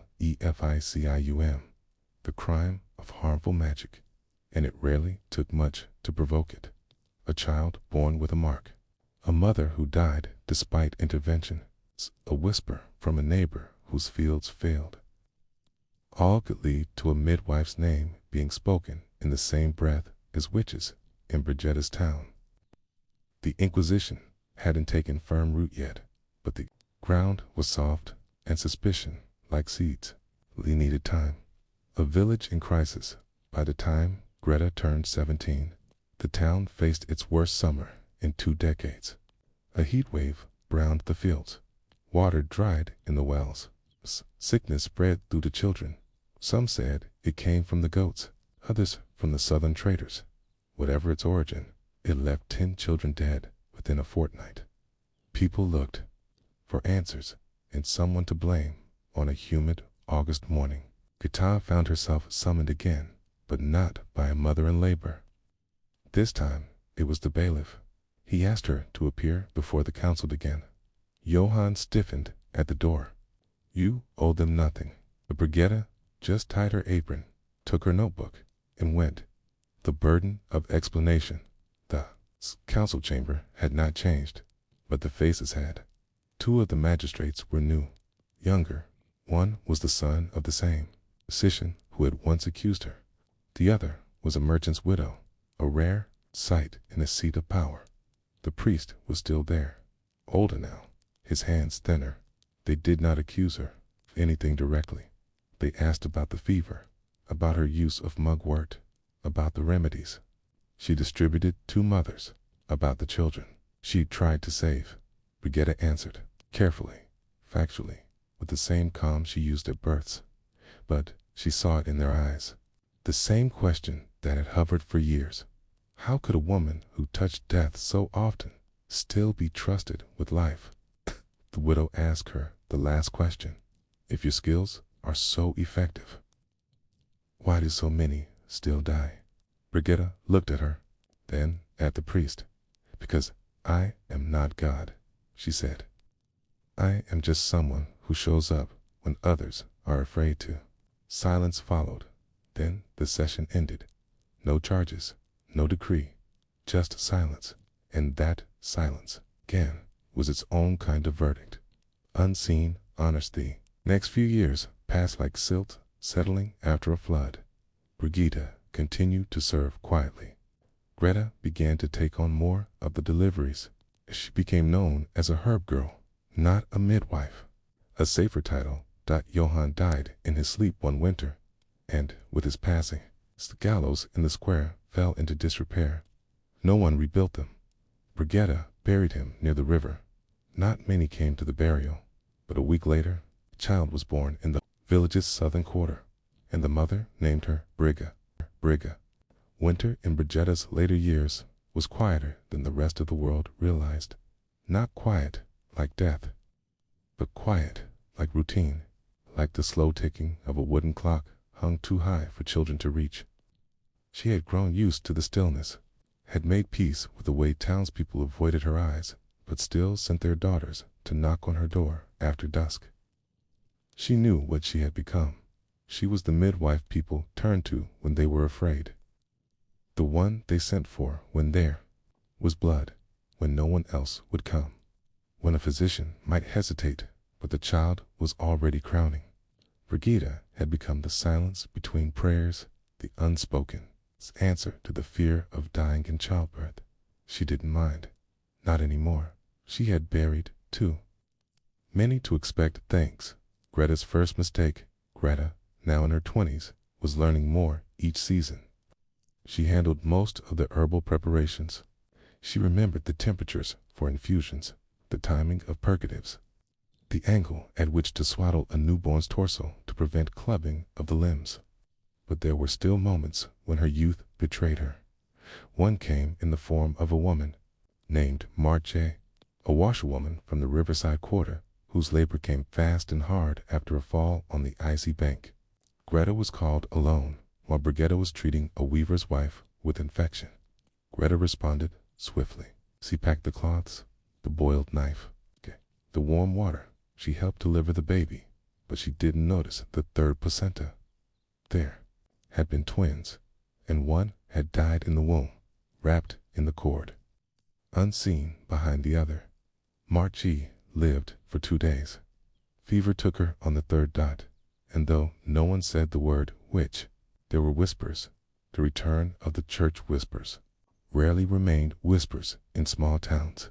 Within a week, Greta was summoned, not by the town bailiff, but by Father Thomas, a new priest, young, with clean hands and a parchment education. He had read the Canon Episcopi, the writings of the Dominican inquisitors, and the tracts that linked midwives to dangerous lore. He was not like the old priest who had grown tired of questions with no answers. He was a man looking for proof of corruption, and Greta, young and proud, gave him an audience. She answered his questions too directly, confirmed the use of ergot in pain relief, described the signs of pelvic tearing, defended the use of heated stones to slow bleeding. Father Thomas made notes, too many notes. Brigitta heard of the meeting from the baker's daughter before Greta even returned home. She didn't scold her. She just removed the notebook from the fireplace, while that night, the one they'd added to for over 20 years, and burned it in the stove, not with panic, but with precision. The fire burned blue for a moment, and that was that. Midwifery and the law by the late 14th century in many parts of Europe. The church began exerting more direct control over birth practices. Some dioceses required midwives to register, to swear oaths of loyalty to the church, and to renounce the use of charms or invocations during delivery. Inquisitors, especially in Germany and parts of France, documented midwives in witch trials, often accusing them not only of causing miscarriages or death in labor, but of baptizing children improperly, or failing to report supposed signs of the devil. It didn't take much. A child born with webbed toes, breech birth, a death followed by silence. And so, in towns like Brigitta's, the rules changed. Slowly, quietly, but they changed. By the time Greta turned 30, she was no longer called midwife. The women simply said, the one who helps. And no one asked too many questions. A late, called the last birth Brigitta ever attended came during a thunderstorm. It was a late July night. The sky yellowed with heat and streaked with lightning. The mother was a traveling merchant's wife who had gone into labor early in her 8th month. Her name was Elise. Her husband had ridden into the next town to find a physician. But the river crossing had collapsed in the rains. They sent for Greta, but Greta was tending to a burn wound in a smith's wife, and so the girl they sent to the cottage, a shoemaker's niece, found Brigitta instead. Brigitta didn't ask questions. She packed her satchel, took her cloak, and walked out in the rain. She was 72 years old. What the rain covered Elise's home was a rented room above the cooper's workshop. Narrow stairs, cracked windows. The air smelled of damp ash and old varnish. The woman was already in transition, sweating, barely conscious. Her contractions had slowed, came, then returned too close together. The baby was rotated.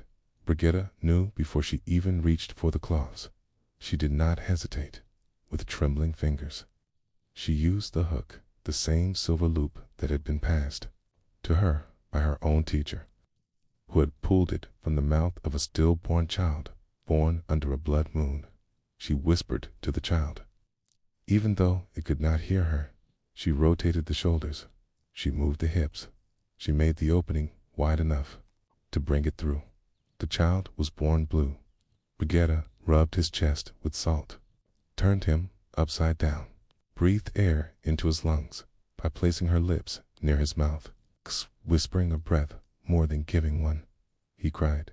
She handed him to the mother, who was too weak to hold him, and then Brigetta sat down on the floor to her, hands in her lap, and for the first time in 50 years, she cried.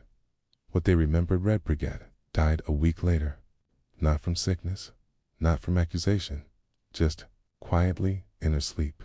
Greta found her in a chair by the fire, their hands folded and her eyes open, as if watching something beyond the walls. She was buried near Johann Key by the river.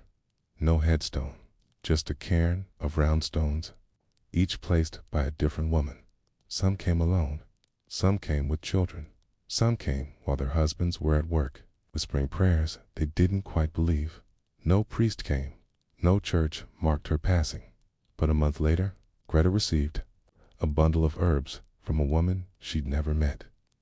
Tucked inside was a note that read, "When no one else came, your mother did." A profession without a name, the story of midwifery in medieval Europe is rarely found in history books in full. It exists in footnotes, in trial records, in burned pages, and erased names. But it was there in the doorways of homes, on the stone floors of poor kitchens, in the candlelit corners of abbey infirmaries. Midwives were not saints, nor witches. They were simply the ones who showed up, the ones who held the hands of women no one else would touch, the ones who delivered babies under the shadow of war, or plague, or accusation, the ones who caught life in their palms, even when death hovered nearby. And though their names were rarely carved into stone, they remain in every safe birth that followed, in every tradition passed down hand to hand, in every whispered lesson about how to stop a bleed, rotate a child, or pray without words. They were not angels, just women, but that, in the end, was enough. There was a village in the hills of what would later become Bohemia, surrounded not by fields or forests, but by heaps of soot and blackened earth. Coal had been pulled from the ground there for as long as anyone could remember. Not clean coal, not something smooth and shiny like jet, but rough, dusty, crumbling stuff that got into lungs and clothes and made men old before their time. The village didn't have a name that travelers remembered. It was the kind of place scribes marked with symbols, not words. But it had something else, a midwife. Her name was Lenka, and her home was carved into the side of a slope, part cave, part house, with an entrance so low you had to duck your head to enter. Smoke curled from a single chimney, and the air always smelled faintly of scorched nettles and birch bark. Lenka had delivered more than 90 children in her life. Not all survived, but those who did always returned. If not to say thank you, then at least to bring her small gifts, a tin cup, a woven doll, a bone needle polished until smooth. She kept every single one, hung them on the walls beside dried herbs and jars of pitch, because she knew what the world did to gratitude. It made it quiet and fragile, so she kept it close. Why a midwife was needed in a place like that in the mining villages of Central and Eastern Europe. Childbirth was even more dangerous than in the countryside. The soot, the constant damp, the proximity to mold and poor air made infections swift and deadly. The men of the village worked beneath the earth. Her wives gave birth on hard floors with thin linens, and doctors, there were none. Physicians, rarely, ventured into coal towns, not because they were afraid, but because there was no money. These were towns that paid their taxes in sacks of ore. They buried their dead in unmarked graves by the river. The only medicine came from women like Lenka, who learned by watching, then doing, then enduring. No one had trained her. No one had blessed her work. She had delivered her first baby at the age of 16, after her own mother collapsed halfway through a birth and whispered, "Catch it before it dies." Linka had done just that. The child lived, and the mother died, and from that day forward, Linka never lived another day that didn't smell of birth. The tunnel birth there was one birth that people in the village whispered about even years later, not because of what went wrong, but because of what was dared. A woman named Teresa, 8 months pregnant, had insisted on bringing food to her husband at the mine entrance one day when carts had stopped moving and the young runners were too sick from flu dot. She went alone, but the path was muddy, and halfway down the slope, she slipped. The baby turned. It shouldn't have been time, but her waters broke on the cold black earth. The men, covered in soot and exhaustion, carried her not home, but into the first shaft, where it was dry and warm. It was a stupid decision, but it was also the only shelter nearby. They laid her down on a pile of canvas, axe near a mine wall painted with chalk symbols for luck, and one of the boys ran faster than he'd ever run to Linka's home. By the time Linka arrived, breathless and mud-covered, Teresa was already pushing. There was no candle, only an oil lamp that sputtered. Linka tied her hair back. She boiled her knife over a tin bucket filled with burning pine shavings. She placed her hands on the woman's stomach, felt the child's position, and nodded. No words, just motion, just breath and pressure, and the old rhythm of coaxing life from the unwilling womb. The baby was born facing upward. Not a good sign. Some called it sunborn. It's a dangerous thing. A mark. Linka didn't speak of it. She just cleaned the child's face, slapped his back, and handed him to his mother. She wrapped the umbilical cord around a cold pickaxe until it stopped bleeding. The men stared silently, like they had seen some magic they didn't understand. When she stood up, they parted for her. No one clapped, no one thanked her, but a week later, she found a gold coin on her WINDOWSILL, old, worn dot, minted from a town over 100 miles away, and she understood. One of them had given up something sacred, quietly, for a life that shouldn't have survived. Rumors in the fog-cold towns drew suspicion even from their neighbors. The fogs that rolled down the hills were thick and sour-smelling. The children coughed too much, and the women aged quickly. So when a friar from the monastery at Herenis came through one year, asking for shelter and seeing Linka applying paste to a woman's cracked womb with charcoal-stained fingers, he frowned. He stayed for 2 nights. On the 3rd morning, he asked her what prayer she said before each birth. Linka looked at him blankly. "I say no words," she replied. "I wait for the child." He scribbled that into his book. She knew what that meant. People who waited for signs, instead of reciting scripture, were marked. Not immediately, not publicly, but noted. A week later, a different friar returned, older, with clean gloves. He asked to see the infants she had saved. Linka refused. He asked about baptisms. She said nothing. He said midwives should not deliver souls into the world without witness. She said the world didn't wait for witnesses when it tore a woman in half, and with that, she closed the door. The next month, the monastery sent no bread for the winter. The town noticed, and though no one blamed her aloud, something changed in the way they stood when she passed. Was she passed down by the time Linka reached 50? Her hands no longer trembled. Her eyes saw clearly even by moonlight. She had a girl apprentice, a red-haired orphan named Clara, who followed her like a shadow and knew when not to speak.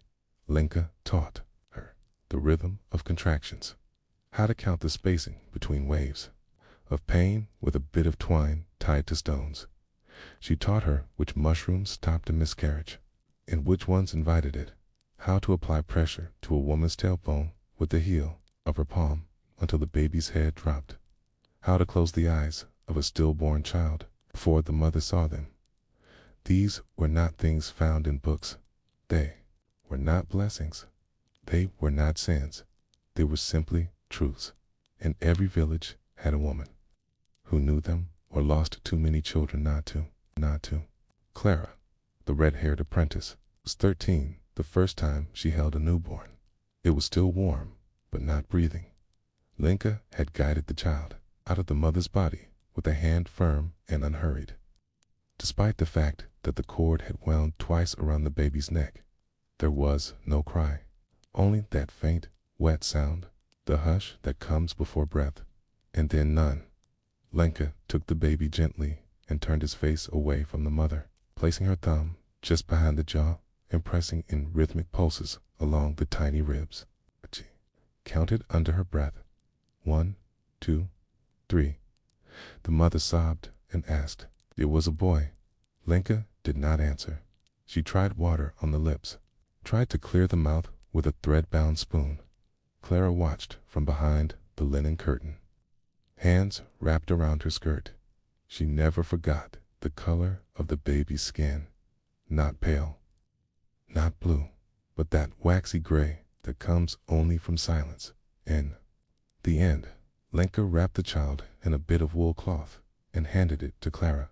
Bury him under the linden, she said. No cross, just salt. And that was that. No prayers, no priest, because there was no time and no point. The quiet rules of midwives in many parts of medieval Europe, especially in places far from courtly life or ecclesiastical centers.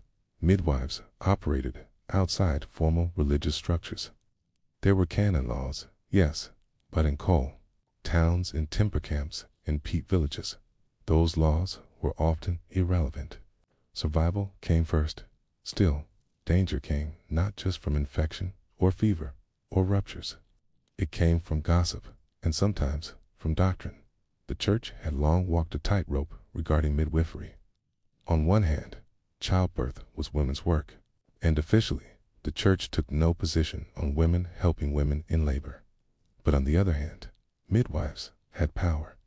They made decisions about who lived and who died, about when to cut, when to push, when to give up, and in some places, they performed emergency baptisms, especially if the priest was too far or the baby was too close to death. Lenka had done so more than once. A few drops of boiled water, thumb marked on the child's brow, whispered Latin. But it wasn't Latin. She didn't know Latin. She said what her mother had said, something like, live in light, walk in dark, return with your name. It worked, or it didn't. Either way, the baby was named, and if it died as someone. A fire and a finger pointed the winter Clara turned 16. A fire broke out in the upper end of the village. It started in a grain shack too close to a blacksmith's lean-to and jumped quickly from building to building. By morning, 6 homes were lost. A 7th, belonging to a woman named Bera, had collapsed entirely, burying her husband beneath a beam and leaving her with burns on both arms. She was 7 months pregnant. Lenka treated her wounds, but 2 days later, Bara developed a fever, the kind that rises in waves, then grips, belly like iron. Lenka recognized the signs of childbed fever, even before the child. It wasn't supposed to happen that way. But sometimes, when the lungs filled with smoke and the throat with soot, the body no longer understood what month it was. Labor came early. Bera delivered a child. Before sunrise, it did not survive. She followed it before sunset. Clara wrapped them. Both tied strips of flax around the mother's wrists and ankles. It's a tradition to keep wandering spirits from pulling others after them. They were buried with no priest. There was none to come. But grief is heavy, and sometimes it rolls downhill. The stranger with the book a month later, as thawing snow revealed black roots and shattered coal near the village edge. A stranger arrived. He was not a friar this time. He was a clerk. That made him more dangerous. Clerks carried authority. But unlike monks, they didn't pray first. He wore wool dyed a pale green and carried a book bound in goatskin. He asked to speak to the woman who guides birth. That was all it took for the village to go quiet. Lenka met him in the chapel ruins, where roof beams had long since fallen in, and the altar was now a table of stone. Clara came, too, but stood behind the broken nav wall. The clerk did not accuse. Not directly. He asked how many babies had died under Lenka's care. She answered truthfully, 33, by my count. He asked if she performed baptisms. She said, I named the ones who will not live. He wrote that down. He asked if she used books. She said no. He asked if she burned herbs. She said yes. Wormwood, sage, coal bark, resin. He asked if she had ever denied a priest entry. She said, no priest has ever come. And that was true, because why would they? There were no tithes in soot villages. No pilgrims, no relics, no offerings, only children. Born in pain and silence, the ledger that sealed her fate 2 days after the clerk left. Word spread through the valley. 3. Villages east, a woman had been accused of meddling in matters of life and death. She was a midwife. She was taken to an abbey for trial. But there would be no defense, only testimony. In places like Bohemia and Saxony, there were no grand witch trials, not like in later centuries. But accusations still stuck. Lenka understood. She began to pack her jars. Not in fear, in preparation. She gave Clara her carved bone comb and her spoon, and her mother's cord string, with the 33 notches, one for each child lost. She told Clara to keep working, to stay small, to stay quiet, and to never explain anything unless asked directly, and even then, choose the short answer. The last birth was almost poetic, that the last child Lenka delivered came from a woman who didn't know her name, a traveler, part Roma, part Czech. She had wandered in from the forest, dirty and thin, clutching her belly like it was a sack of hot stones. She didn't speak much, but she said enough. Lenka took her in, cleaned her, laid her on a birchwood frame by the hearth. It was an easy birth, strange in that way. No tearing, no crying, just breath. And then the baby came, pale, wide-eyed. Hungry Lenka handed it to the mother, and then sat back on her heels, breathing deep. She didn't know why, but she felt something in her ribs shift, as though a bell had rung in her chest. That night, as snow fell, she stayed awake and listened to the baby breathe. By morning, she was cold, not dead, but still, as though her body had entered sleep, too deep to climb back from.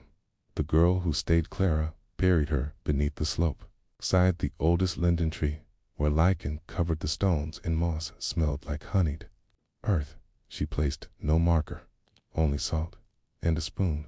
The villagers said nothing, but one by one they came back, not to speak, but to sit, to leave cups, flowers, bits of twine. And Clara, she kept going. The woman who had trained her was gone, but the women who needed her were not. And so the babies kept coming, wrapped in wool, washed in fireht, named with breath, and maybe, just maybe, remembered. In the years that followed Lenka's passing, Clara learned how silence can fill a room like dust. It clings to windows. It hangs over the hearth, seeps into jars of herbs, and settles inside the folds of old linen. But she never tried to replace it. She let the silence be. She let Lenka's empty bed stay made. She didn't move the basket of bone tools, nor the string with the 33 notches. She added none of her own. Not yet. There were still too many things she didn't know, like when to say the words, or what herbs to burn for a breech birth, or how to look at a woman and see which way the child lay, just by the shape of the belly. She still fumbled with cloth knots, still winced at the first gush of blood, still whispered prayers she wasn't sure were real. But women came anyway. A new kind of midwife. Clara's first solo birth came not from a villager, but a visitor, a girl from the edge of the southern wood, part of a charcoal burning family. who rarely spoke to anyone and lived in a lean-to, built against a limestone ridge. The girl was only 16, okay, and she was alone. Clara never asked where the father was. She only asked how long she'd been bleeding. The answer was 3 days. The child was coming too early and too fast. Clara boiled water and unwrapped the linen rolls Linka had left behind. She ground the resin Linka had stored in a jar, marked with a faded wax seal, a compound made from tree sap, pine smoke, and ash dot. The girl screamed once. Then, again. Clara held her hand and counted breaths in 4s, just like Linka had done when the baby came. It was too small and purple, but breathing. Clara named it, not with Latin, not with words, but with a whisper and a kiss on the brow. And then she wrapped it in wool and placed it on the mother's chest. The baby stayed. So did the mother that night. Clara sat by the hearth and watched the tiny chest rise and fall. She didn't sleep. She didn't eat. She just sat and listened, because now she knew. This was hers now, not the house, not the bed, not the jars or books or herbs, but the work, the waiting, the watching, the knowing. Quiet growth over the next year. More women came, not many, just a few. Some were village girls. Others were strangers. One was a woman from the southern coast, who arrived barefoot and silent, her belly already hard with the weight of a second child. She had lost the first to a sickness, and now she carried fear with her like a second heart.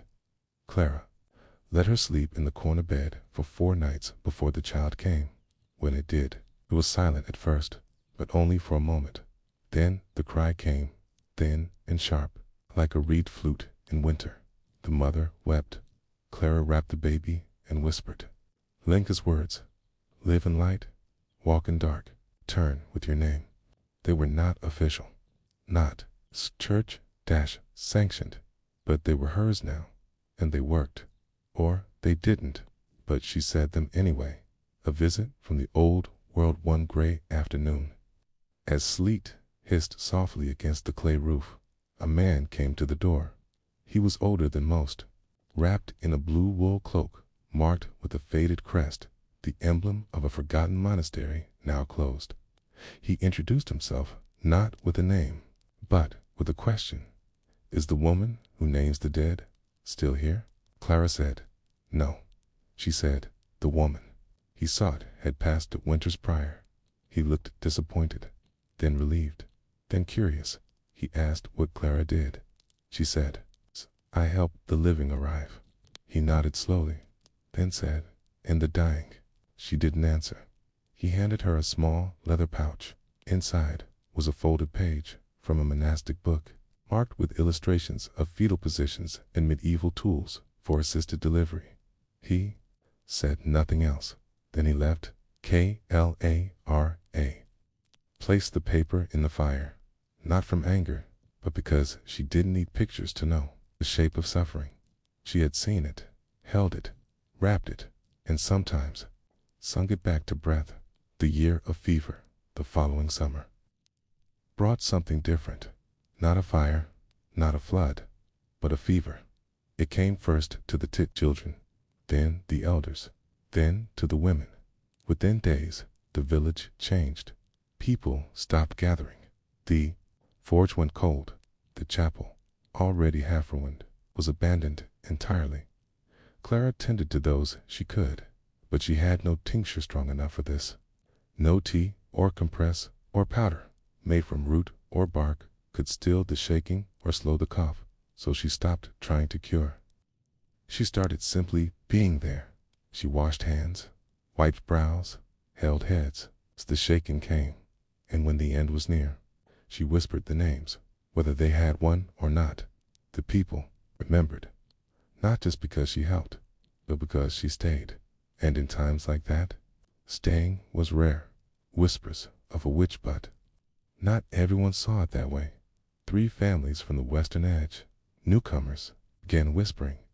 They saw her fire at night, saw the women come and go, saw jars filled with powders and bundles of dried plant stems hung from her roof beams. It didn't take much. One man said his baby died after she touched it. Another said his wife had dreamed of Clara walking through walls. Someone said the fever hadn't touched her. Proof. They claimed she was in league with dark things. No one asked what she ate. No one asked how she slept. No one asked how many bodies she had wrapped. They only asked where the priest was. But there was no priest, not anymore.